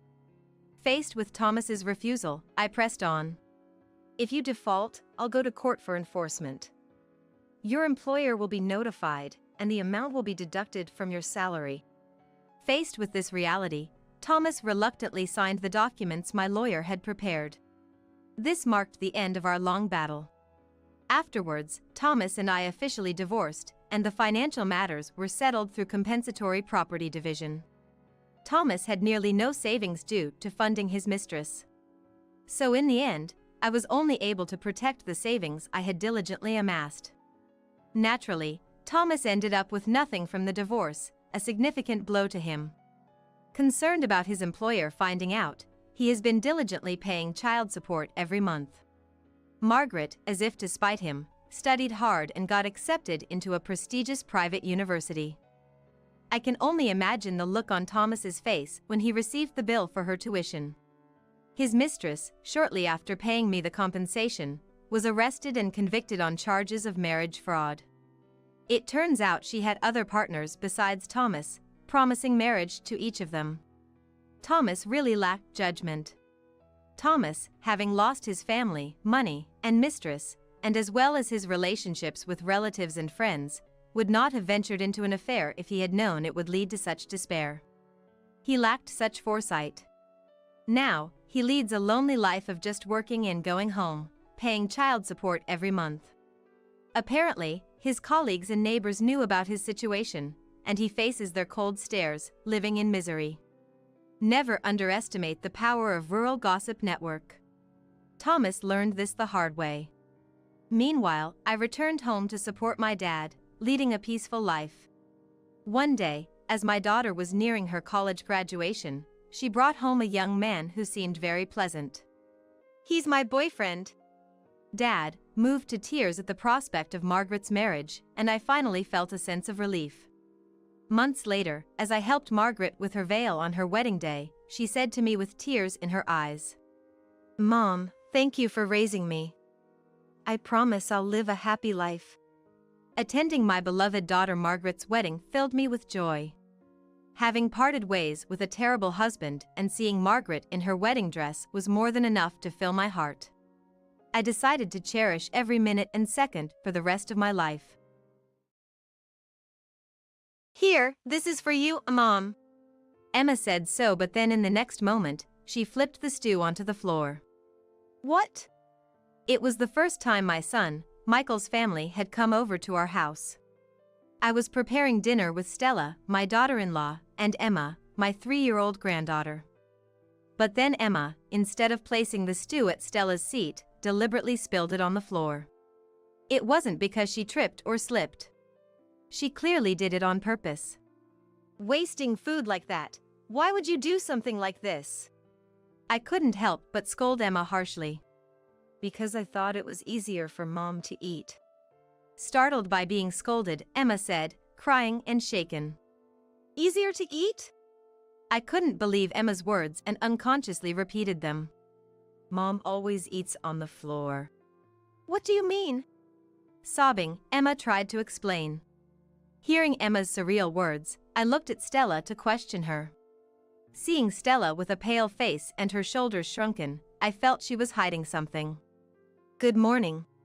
Today, as always, while looking at the portrait of my deceased husband, I greeted. I have been living alone since my husband Ian passed away a few years ago. The expression on Ian's face in the portrait is grumpy, with a deep furrow between his brows. Thinking back, I hardly ever saw him smile during his lifetime. Our marriage was arranged, and from the beginning, we were careful with each other. We barely spoke, each of us strictly keeping to our roles. A happy marriage seemed far from achievable, and we never went out together even on holidays. At that time, I didn't have friends to call my own, and of course, it was a time when there were no mobile phones, so I came to think that's just what marriage was. Ian would lock himself in his room or go out alone on weekends, coming back late at night. And sometimes we wouldn't even talk at home, always an icy atmosphere prevailing. Yet, my in-laws were persistent in wanting to see a grandchild. Suspecting illness due to the lack of childbirth news, they urged me to go to the hospital repeatedly. Ian, for his part, seemed annoyed being nagged, shared the bedroom with me just for one night. Luckily, I became pregnant and decided to pour all my love into raising the child. Ian showed no interest even as my belly grew, mercilessly assigning me household chores even when I was immobilized by morning sickness and wasn't even there for the birth of our child. When I was too exhausted and asked Ian for help, he dismissed me by saying he was busy. However, when our son Michael was born, Ian changed as if he were a different person and actively involved himself in parenting. For the first time, Ian suggested we go shopping together with Michael. What kind of picture books should we read to Michael? I couldn't hide my joy and spoke to Ian more than usual. Wouldn't this outfit look nice on him? Contrary to my excitement, Ian still had an angry look. He hardly responded and dismissed all my choices with a sigh and told me that he would decide everything. I wanted us to cooperate in parenting, but Ian rejected everything I tried to do or say. Only a man can understand what a boy needs. And eventually, even when feeding Michael, he said he wanted to focus on the meal, so he moved to a separate room. Ian was quite strict about everything from how to hold a fork and a knife and to the order of eating. It took 6 months before Ian approved of Michael's eating manners and allowed him to eat with me. The first time I saw Michael eat, I was astonished by how neatly he did it. He never complained or showed weakness, focusing solely on his studies and not playing with friends. Michael, well done. Why don't you take a break sometimes? I tried to comfort Michael with some cake as a snack while Ian was away. Sweets aren't good for the body. He refused without even glancing my way. As Michael entered high school, he joined the baseball team, wanting to train his spirit, and became a star pitcher of the team. Even after that, thanks to his disciplined effort, he tackled everything with all his might and graduated top of his class from a prestigious university known for its difficulty. Raised by the strict Ian, Michael grew up to be so graceful in his movements that people passing by on the streets would stop and stare. It seems he was even approached by several women for dates. I once saw Michael sighing to himself. Michael, isn't there someone you're interested in? I find it more meaningful to spend my time honing myself, rather than romance. His response to my casual question was marked by an even deeper sigh. Eventually, Michael made neither friends nor lovers, always a lone wolf, establishing himself as an object of admiration from afar. After university, he landed a job at a major publishing company, enviable to many. The publishing company kept him busy, and Michael lived a life of constant business trips, hardly ever returning home. He woke up early every morning and returned home on the last train. With such a lifestyle, he had no chance for encounters, dedicating his days to work alone. Even the formidable Ian would be asleep by the time Michael came home, so I secretly prepared snacks for him. A man's body is his capital. Ian had always fed Michael a perfect meal of one soup and one dish, and so he was forbidden snacks, especially midnight snacks. However, no matter how balanced the diet, it was clear that the hard-working Michael was gradually losing weight due to insufficient nutrition. He's going to collapse if he keeps this up. Michael initially refused the midnight snack, wanting to go to bed early. But one day, after exchanging such words several times, Michael's stomach growled loudly, cutting off his words. "The stew is ready." I said, "I want to go to sleep." "See, the stomach doesn't lie," I gently told Michael, who turned bright red and looked down. "Is it really okay for me to eat?" "Of course. I made it for that reason. Thank you."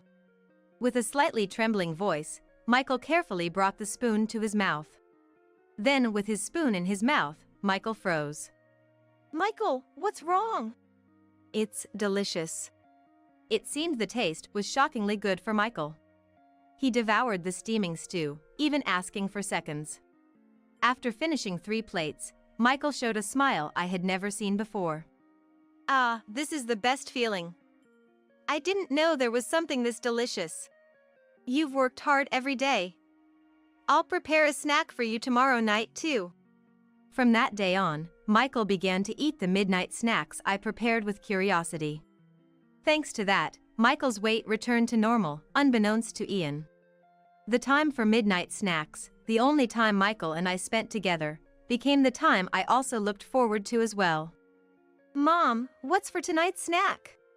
"Tonight, it's ramen." "Ramen? I've been wanting to try that." For Michael, who had never eaten out, the midnight snacks I made were all first-time experiences. Every time, Michael would light up like a child and eagerly eat up the meal. And so, seeing Michael off to work in the morning as usual became part of my daily routine. Michael, having regained his health, made significant progress at work, becoming regarded as the star in the company. This led to a series of invitations from women, it seems. Seeing this, Ian, perhaps unable to stand it, recommended an arranged marriage, and quickly, the discussions concluded, and Michael ended up getting married without any prior dating experience. Michael married Stella, a woman who worked as a secretary to the president of a famous company. Though she was of a quiet demeanor, she appeared to be a polite, serious person. "I am inexperienced, so I ask for your kindness." At our first meeting during the introduction, Stella greeted us politely, a rarity these days.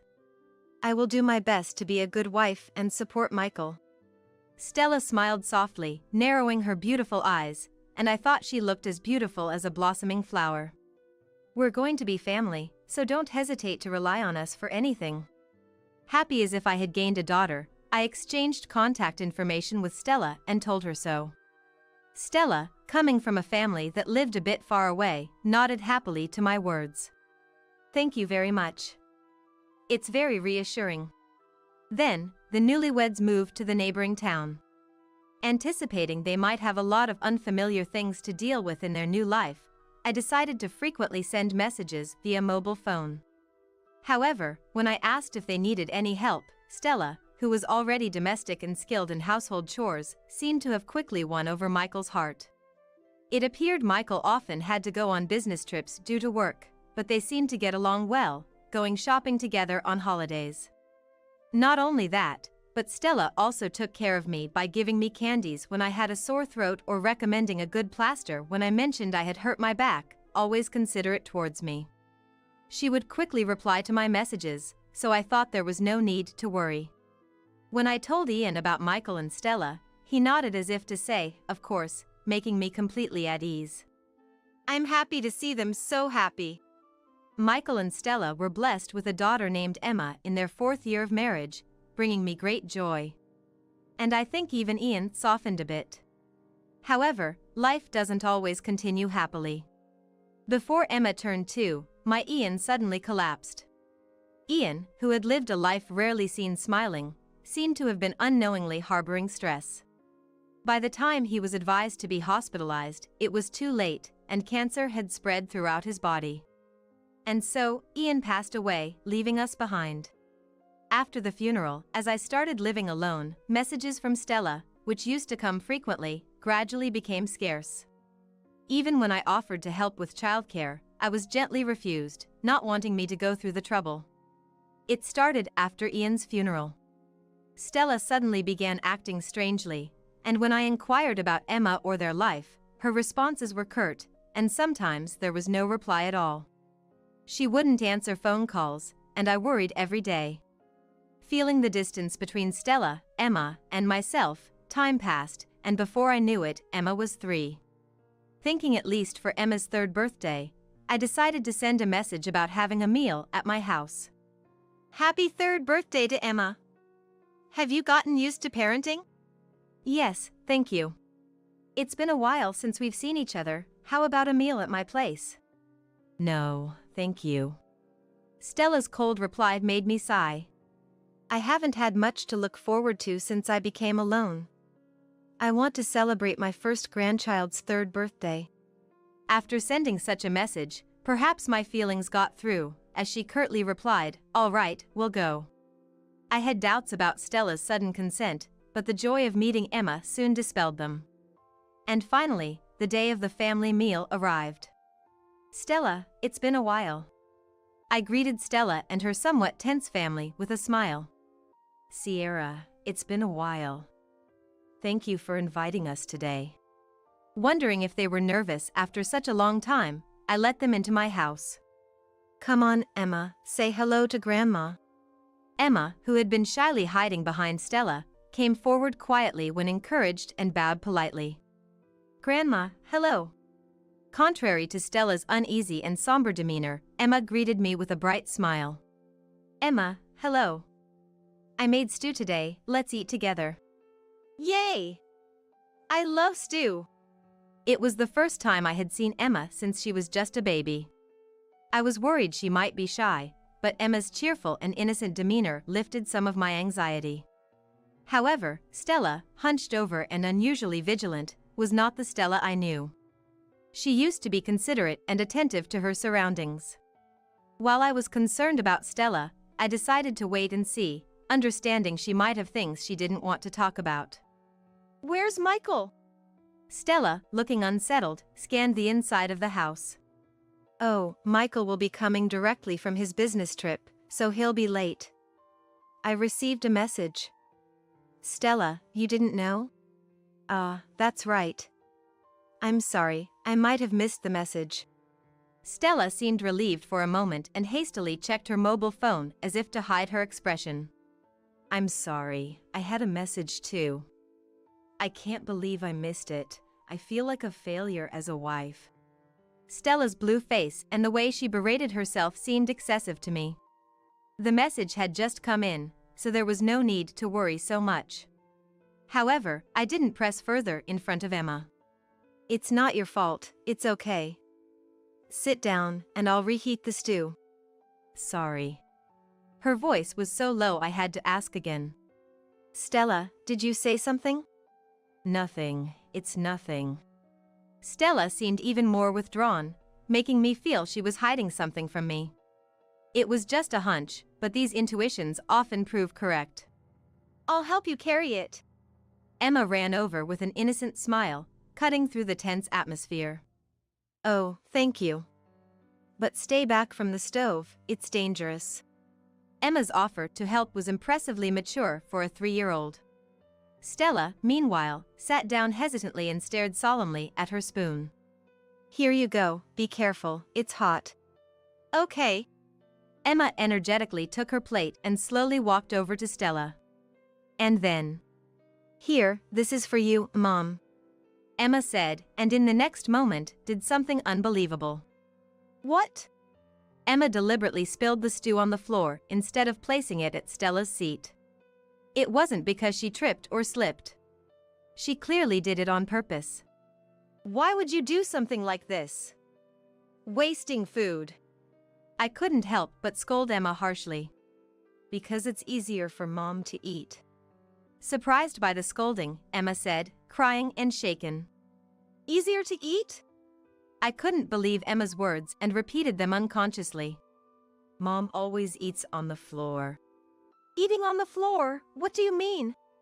Mom always eats on the floor because Dad makes her. Emma tried to explain, sobbing. Hearing Emma's surreal words, I looked at Stella, who was trembling and pale. Stella, what's going on? Just as Stella was about to speak, the doorbell rang, and Michael appeared at the entrance. Despite the awkward timing, I quickly cleaned up the spilled stew and welcomed Michael in. I'm home. Did something happen? Michael seemed puzzled by the delay between the doorbell and the door opening. Welcome back. I couldn't leave the stove. I tried to act normally, hiding my agitation. I see. Is that stew I smell?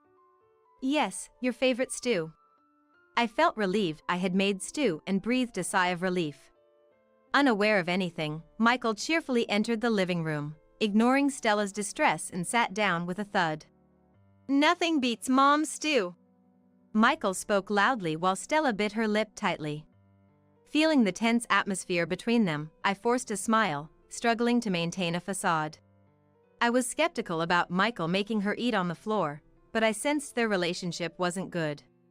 The conversation remained superficial, the stew tasted bland, but somehow, the meal ended peacefully. After the Michael family left, I messaged Stella about the incident.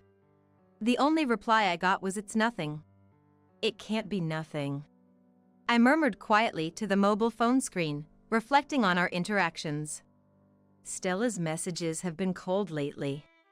The distant replies didn't seem like they were coming from the caring Stella I knew. Thinking about the incident made me wonder if Michael was controlling her phone. I can't overlook what just happened. I need to check on things myself. With that thought, I decided to visit Michael's house. Even though it's spring, it was already dusk. I shivered in the cold air as I approached their house. Just then, I heard a loud argument. It's your fault. What? That was Michael's voice. Panicked, I pressed the doorbell. Michael, with a forced smile, greeted me. Mom, we just said goodbye. What brings you back? I need to talk to Stella. What? Well, Stella's tired from the visit. I'll pass the message. Michael blocked my way, visibly flustered. This is an important matter between women. My firm tone left Michael with no choice but to let me in. Stella? Looking around inside, I noticed the bathroom light was on. I'm going in. As I headed to the bathroom, Michael hurried after me, panicking. Stella's in there. You can't go in now. But I entered the bathroom before Michael could stop me. And what I saw was unexpected. Stella! Stella was in the shower, drenched, sitting on the floor. Sierra. I was cleaning the shower and accidentally turned it on myself. Stella weakly smiled as she spoke to me. This is terrible. You'll catch a cold. After finding a towel, I wrapped Stella in it, drying her hair and arms. I can't believe this. Sorry, Mom. Stella always messes up when I'm not watching. Michael didn't even attempt to get a towel, instead crossing his arms with an angry look. Stella was in a daze, quietly letting me help her. Seeing Stella's slight shivers, I couldn't deny Emma's words were true. Stella, I've dried you off somewhat, but you need to change immediately. Sierra, I'm sorry. Thank you. Always like this. Stella can't do anything without me. Michael complained, but Stella's fear was evident. Pretending to use the bathroom, I discreetly called the police, and soon the doorbell rang, signaling their arrival. Who's that? Michael answered reluctantly. We received complaints about loud noises from this house. The officer said, to which Michael lied about a misunderstanding.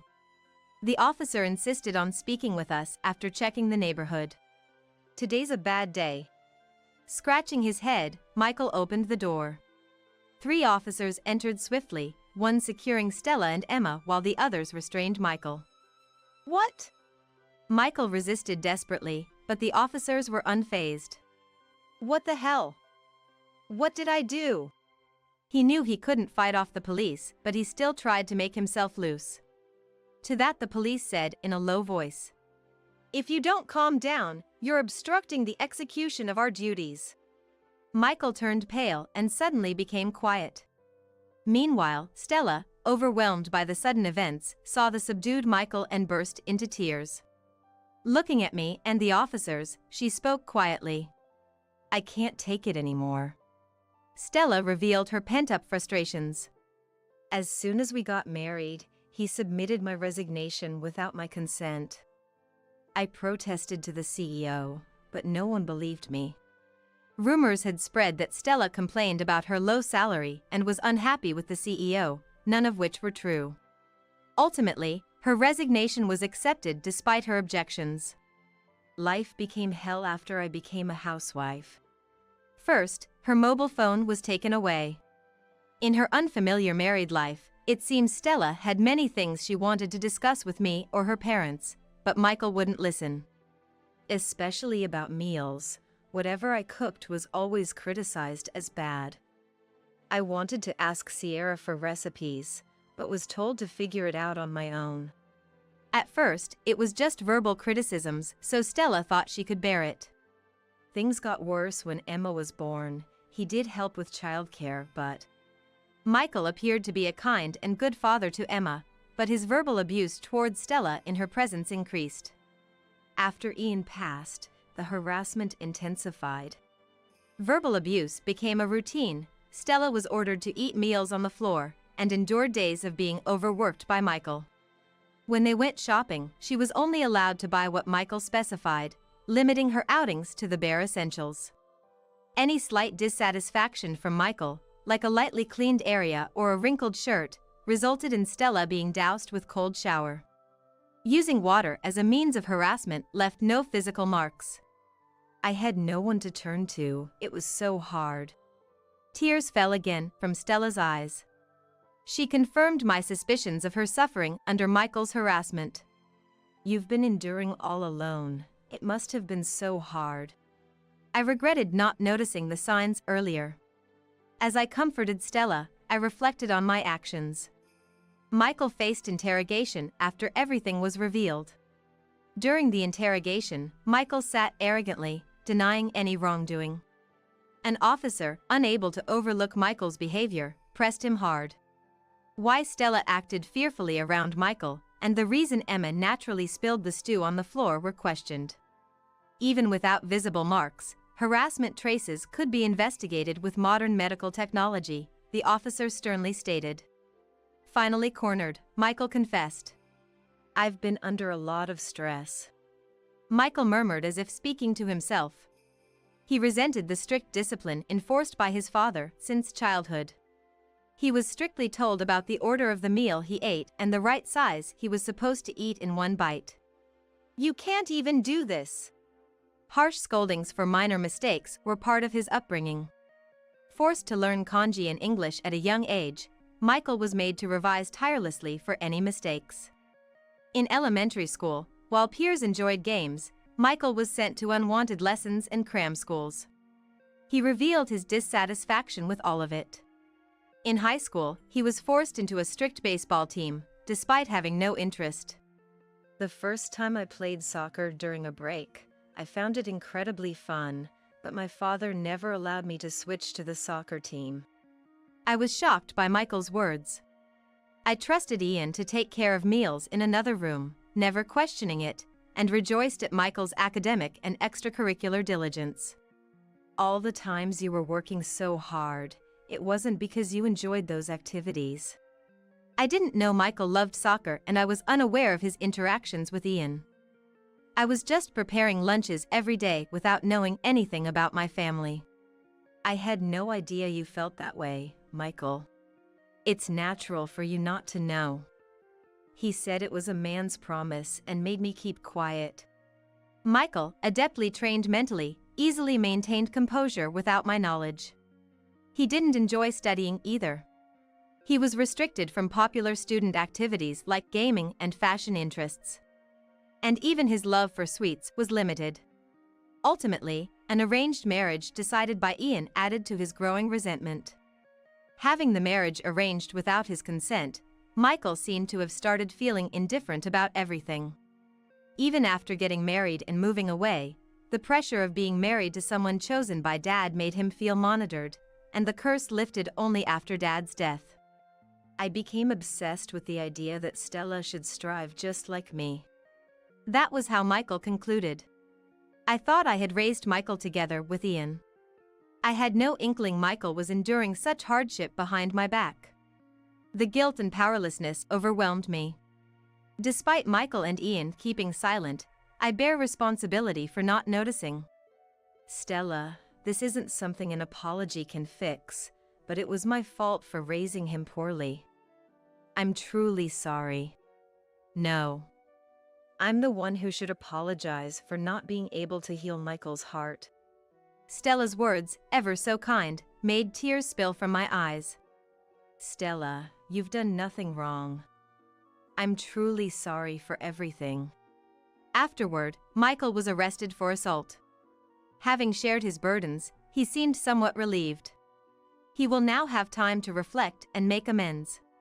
Stella decided to divorce Michael, taking Emma back to her parents' home. Sierra, thank you for everything.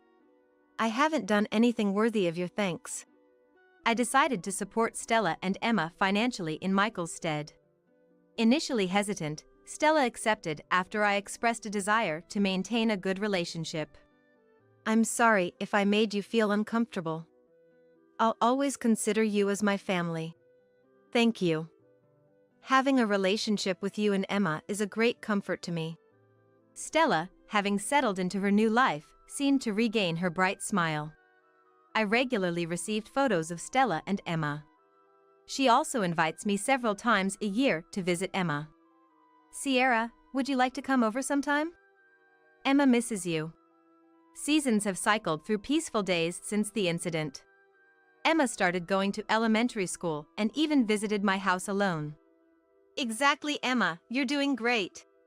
I was teaching Emma how to make hamburgers during one of her visits. Grandma, this is fun. Emma showed a carefree smile, shaping the hamburgers perfectly. Indeed, it's fun. It'd be nice if Mom could join us next time. Yeah. I'll make a lot. I deeply cherished these moments of happiness. Relieved that Michael hadn't inflicted lasting wounds on Emma, I wished for her to always be smiling. As we placed her small hamburgers in the pan, her eyes sparkled with anticipation for the completion of the meal. May your life be filled with smiles from now on. I whispered, as if making a vow. You're nothing but a useless parasite.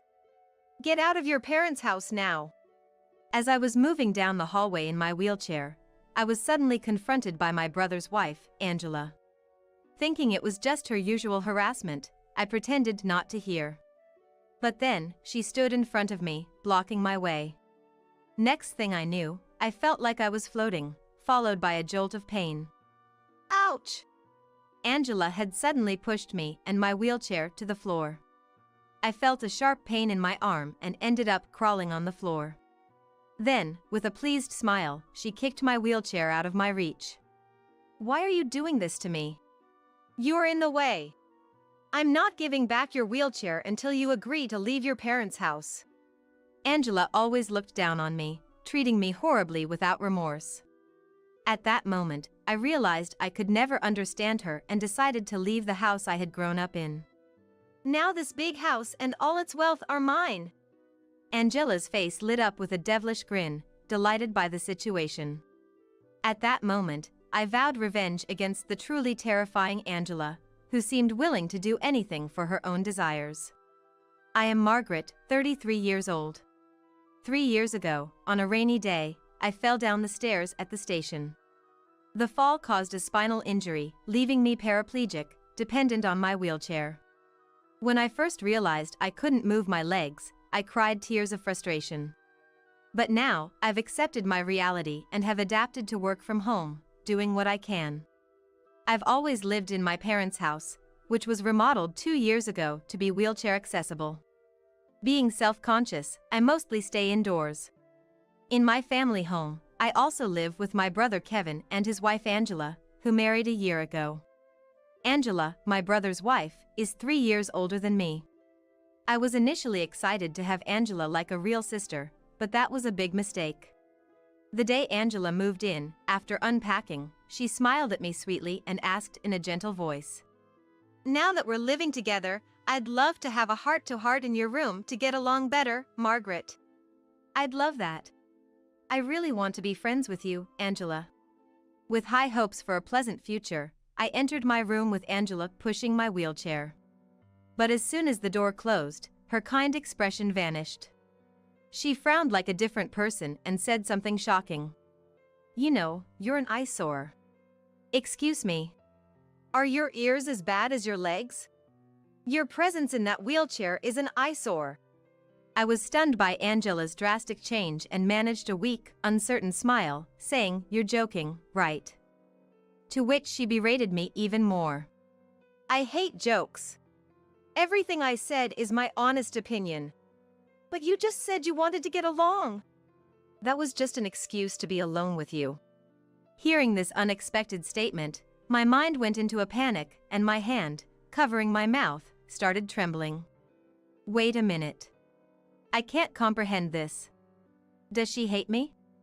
As I took a deep breath trying to understand what was said, she hurled more insults at me. "People who live leisurely at home without working are called parasites." "Why are you being so harsh? Did you come to my room just to say these things?" "Yes." "I feel sick having someone who only consumes money living in this house." I never imagined she could be this kind of person. My mind was still in turmoil, but I knew I had to respond. Looking her in the eye, I said, "I am working and paying for my living expenses." "Don't lie. How can you work while staying at home? Are you stupid?" I explained that I work from home, but she didn't believe me at all. Instead, she demanded that I, a useless freeloader, leave the house. I was shocked by such harsh words from her, whom I had only met a few times since my brother's marriage. Confused and unsure what to do, she said, "I can't stand even breathing the same air as you," and left the room. Alone, I kept replaying her words in my head. Should I tell my brother? As I was about to open my door, I remembered my past self. After falling down the stairs and losing consciousness, I awoke in the hospital to find my legs immobile. At that time, I couldn't accept this new reality immediately.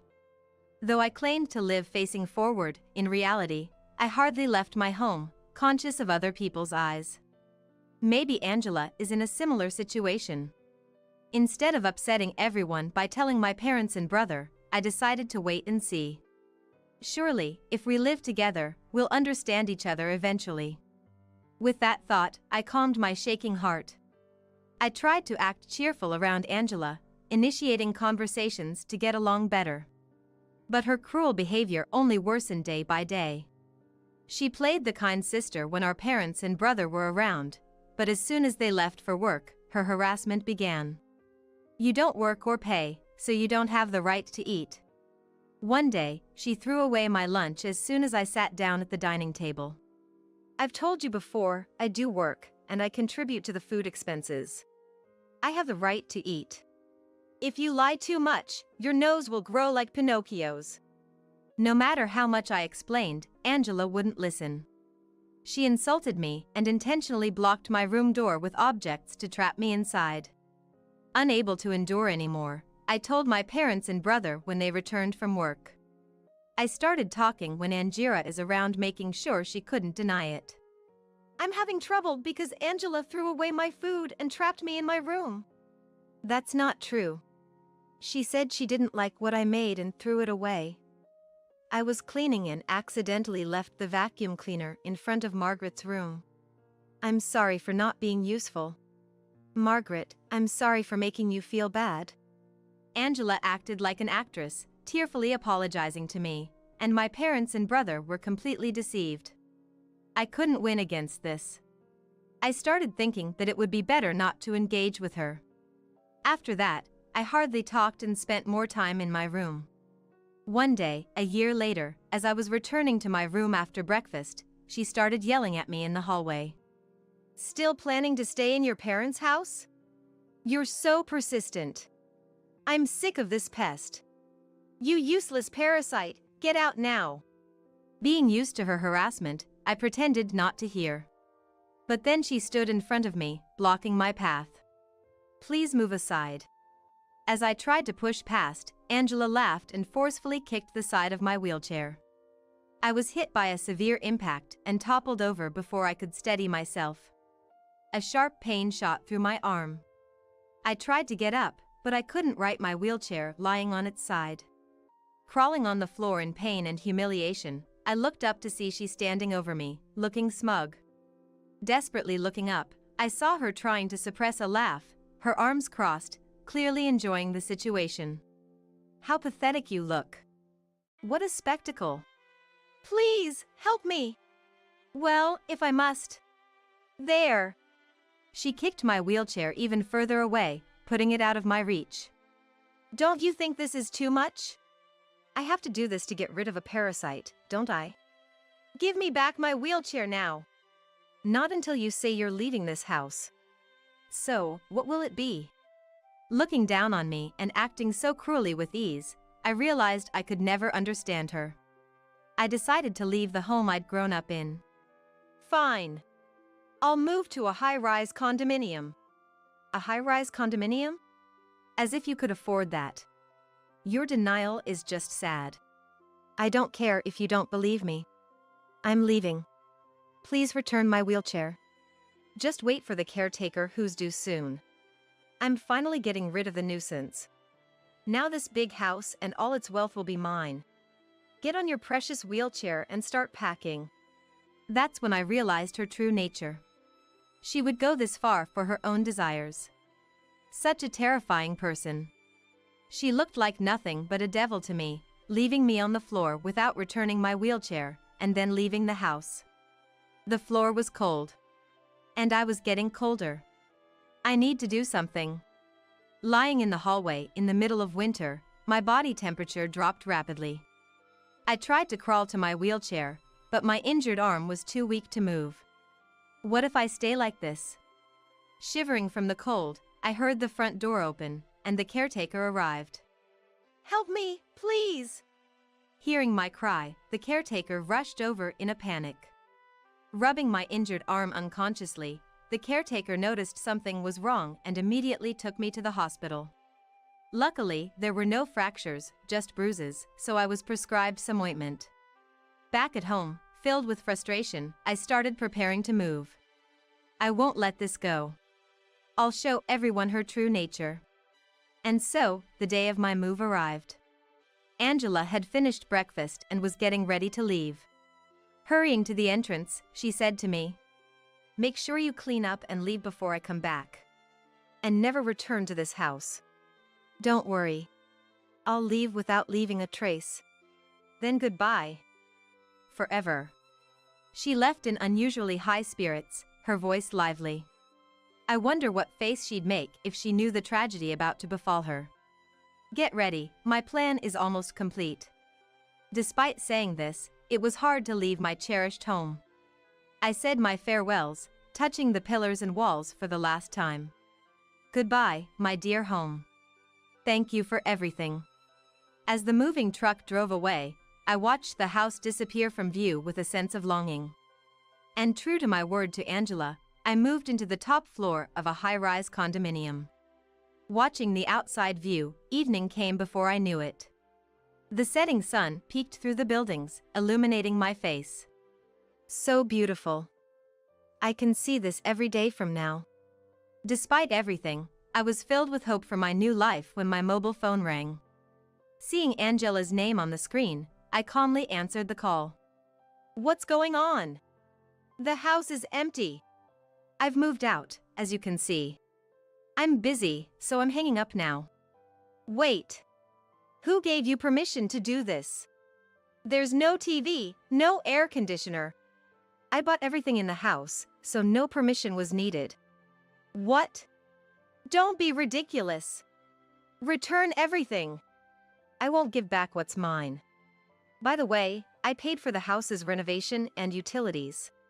I should be asking you for money. What? You're kidding, right?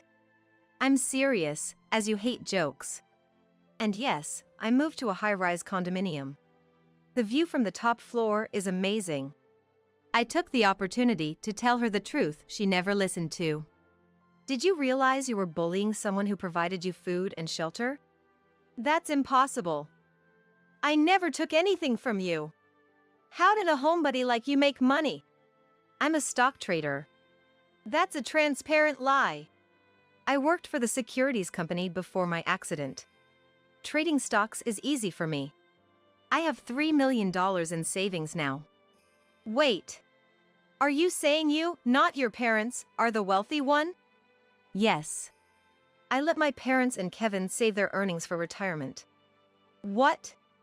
I married into the family thinking they were rich. Angela's true intentions spilled out. I knew it but had to ask, and she confirmed my suspicions.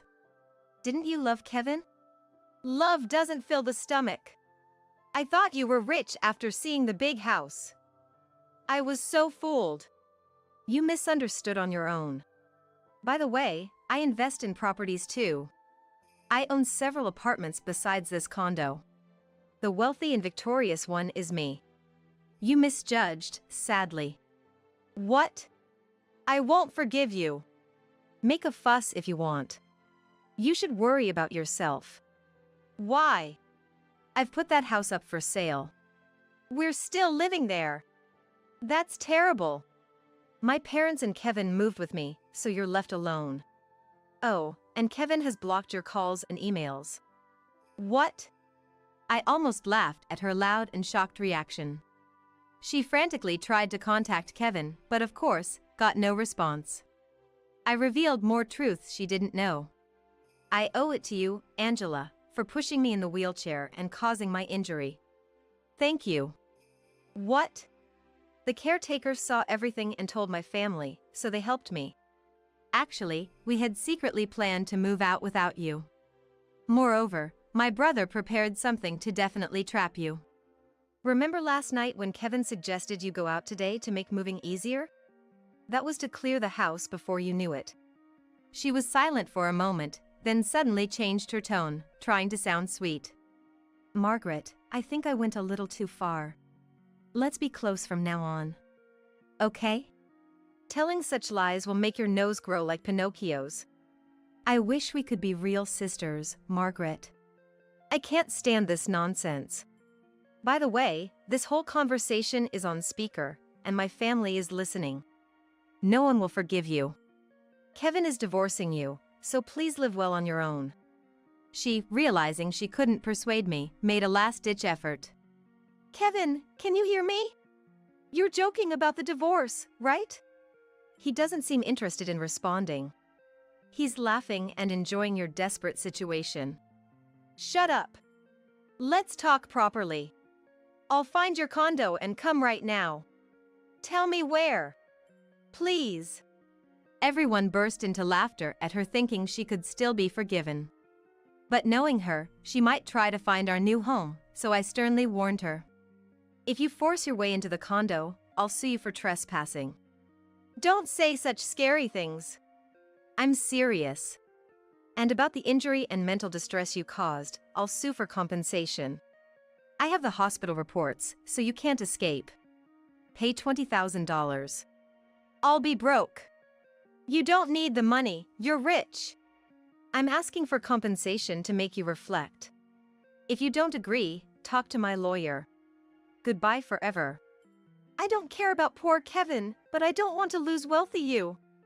I apologize. Please forgive me. No way, you fool. I hung up forcefully. I gave Angela's photo to the condo's doorman, warning him about her, so security will respond if she steps foot inside. My brother, not wanting to see Angela's face anymore, had a lawyer I know finalize the divorce. Angela, who squandered my brother's earnings, only got $2,000 in the property settlement.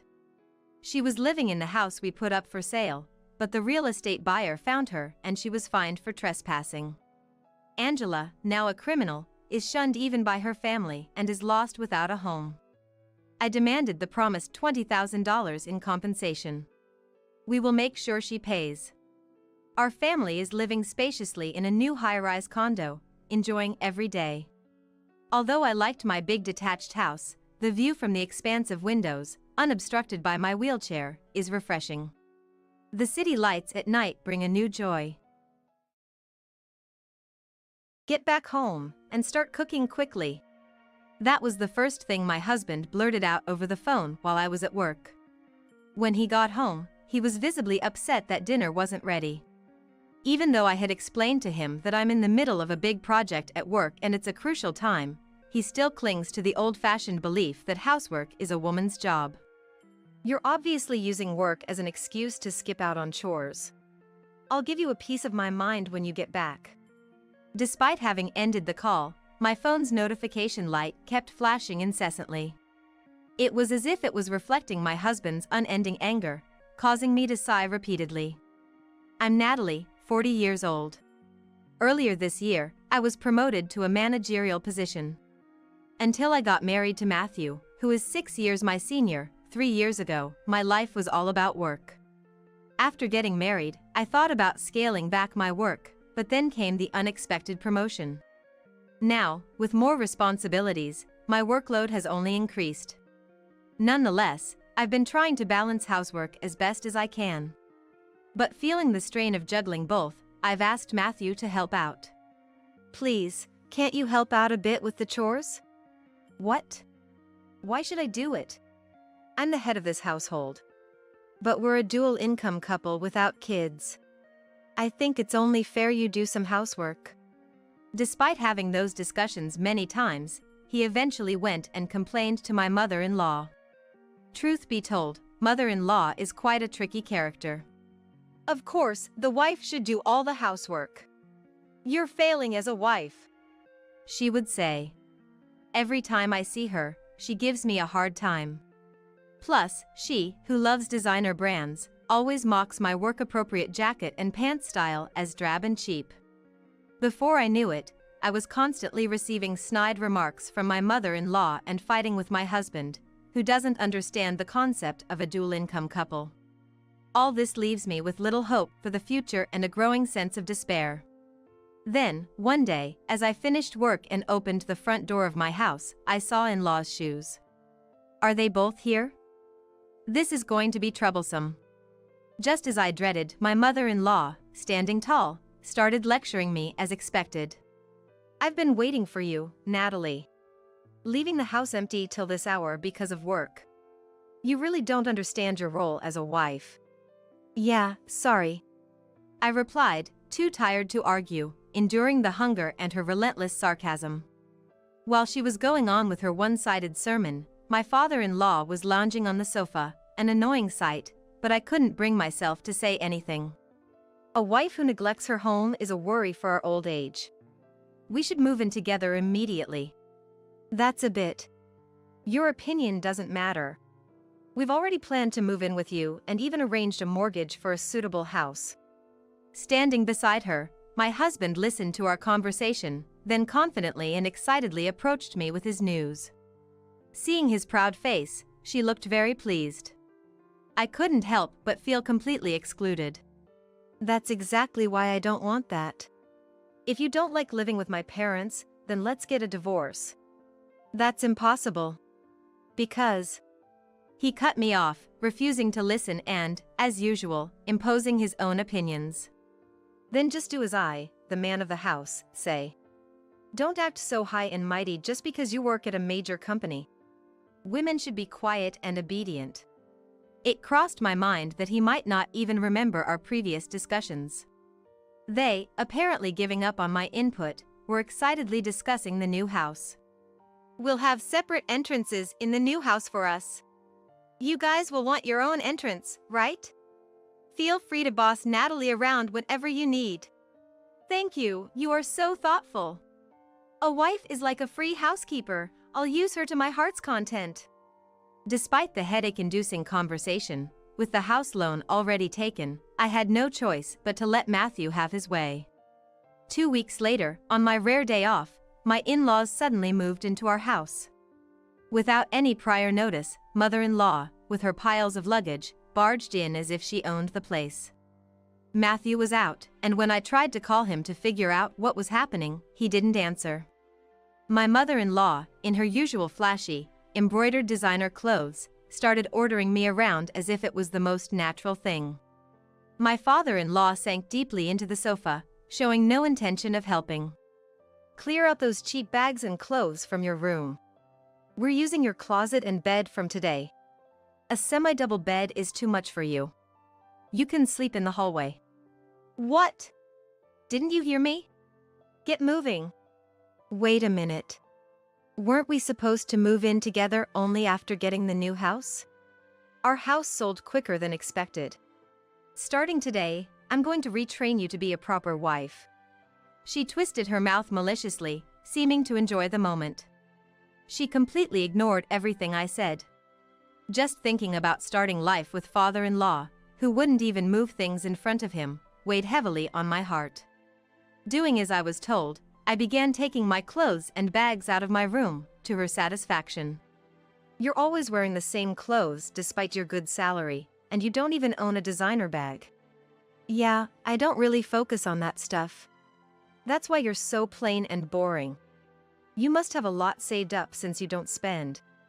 Not really. Lying again. She mocking laughter, now even more spiteful, made me feel like she was targeting my savings. Also, you'll be buying all new appliances and furniture when we move to the new house. We only brought our clothes and newly acquired golf gear. She made decisions without listening to my opinion. Biting back what I wanted to say, I focused on tidying up. Not owning much, I quickly moved my belongings from my room to storage. Now it's time to store our important stuff. Hurry up. I placed her clothes and father-in-law's golf bags in the closet I had been using. She looked very satisfied watching this. As I was finishing up, my husband returned home and happily addressed me, seeing the situation. First of all, it was a luxury for a wife like you to even have a room. Leave it to my mother, and you'll become a proper wife. This is just the beginning.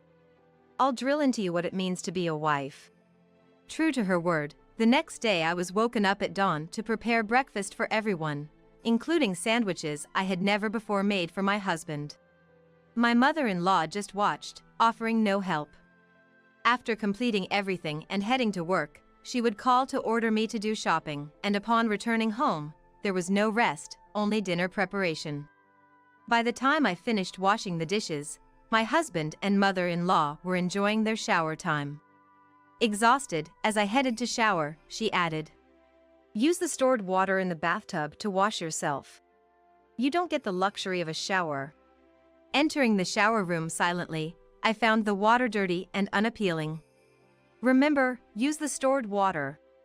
I was shocked when the shower door suddenly opened. All I wanted was some privacy in the shower, but she wouldn't even allow me that. Why must I endure this when I'm the one paying the high heating bill? I'm so tired. Why are wives always looked down upon, regardless of the era? I could just refuse, but to avoid further conflicts, I told myself it was just temporary endurance. Of course, my husband showed no concern for me. In fact, he started exploiting me more. "Hey Natalie, bring me beer and snacks." Lately, he just lounged on the sofa, playing games. Angered, I glared at him, and he yelled back, "Don't get cocky. You just need to listen to me and my mother." I felt strongly that there was no one on my side in this house. A month into this hellish life, reaching my limit, I got a call from a real estate agent during lunch break. I had been secretly preparing to leave the house. Finally, the day I've been waiting for. I can be free. The next morning, with an innocent expression, I carried my suitcase to the living room where they were. "I'll be on a business trip to Los Angeles for a few days." What an arrogant way to say it. Make sure to buy gifts. Don't forget there's a mountain of housework waiting when you get back. And so, I left the house. The business trip was a lie. I moved into my new house straight after work. Alone for the first time in a while, I felt an overwhelming sense of happiness. From now on, I'll live for myself. I resolved in my heart. Starting that day, I blocked my husband's calls and cut off all communication. A week later, my husband, unable to hide his irritation at my not returning home, was lurking behind a pillar at my workplace. As soon as he saw me, he rushed over and grabbed my arm tightly. His eyes were wild, his face flushed, glaring at me threateningly. I knew it. You were back from your trip already. Let's go home. No, I'm not going back. What nonsense are you spouting? How dare you, a wife, act like this? Do you want a divorce that badly? Yes. No one will take you in after me. Actually, we're already divorced, so we're strangers now. You haven't forgotten, have you? Huh?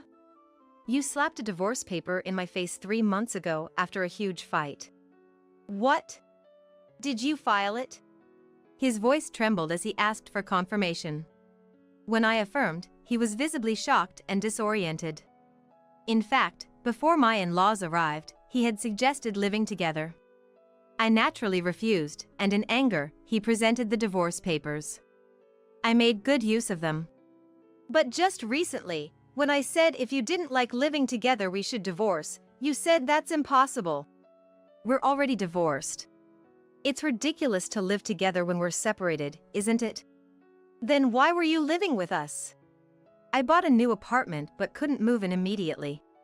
I was told it would take 1 to 2 months, and after spending much of my savings on the apartment, I couldn't afford a hotel. He was stunned, not only that the divorce was already final, but also that I had purchased an apartment.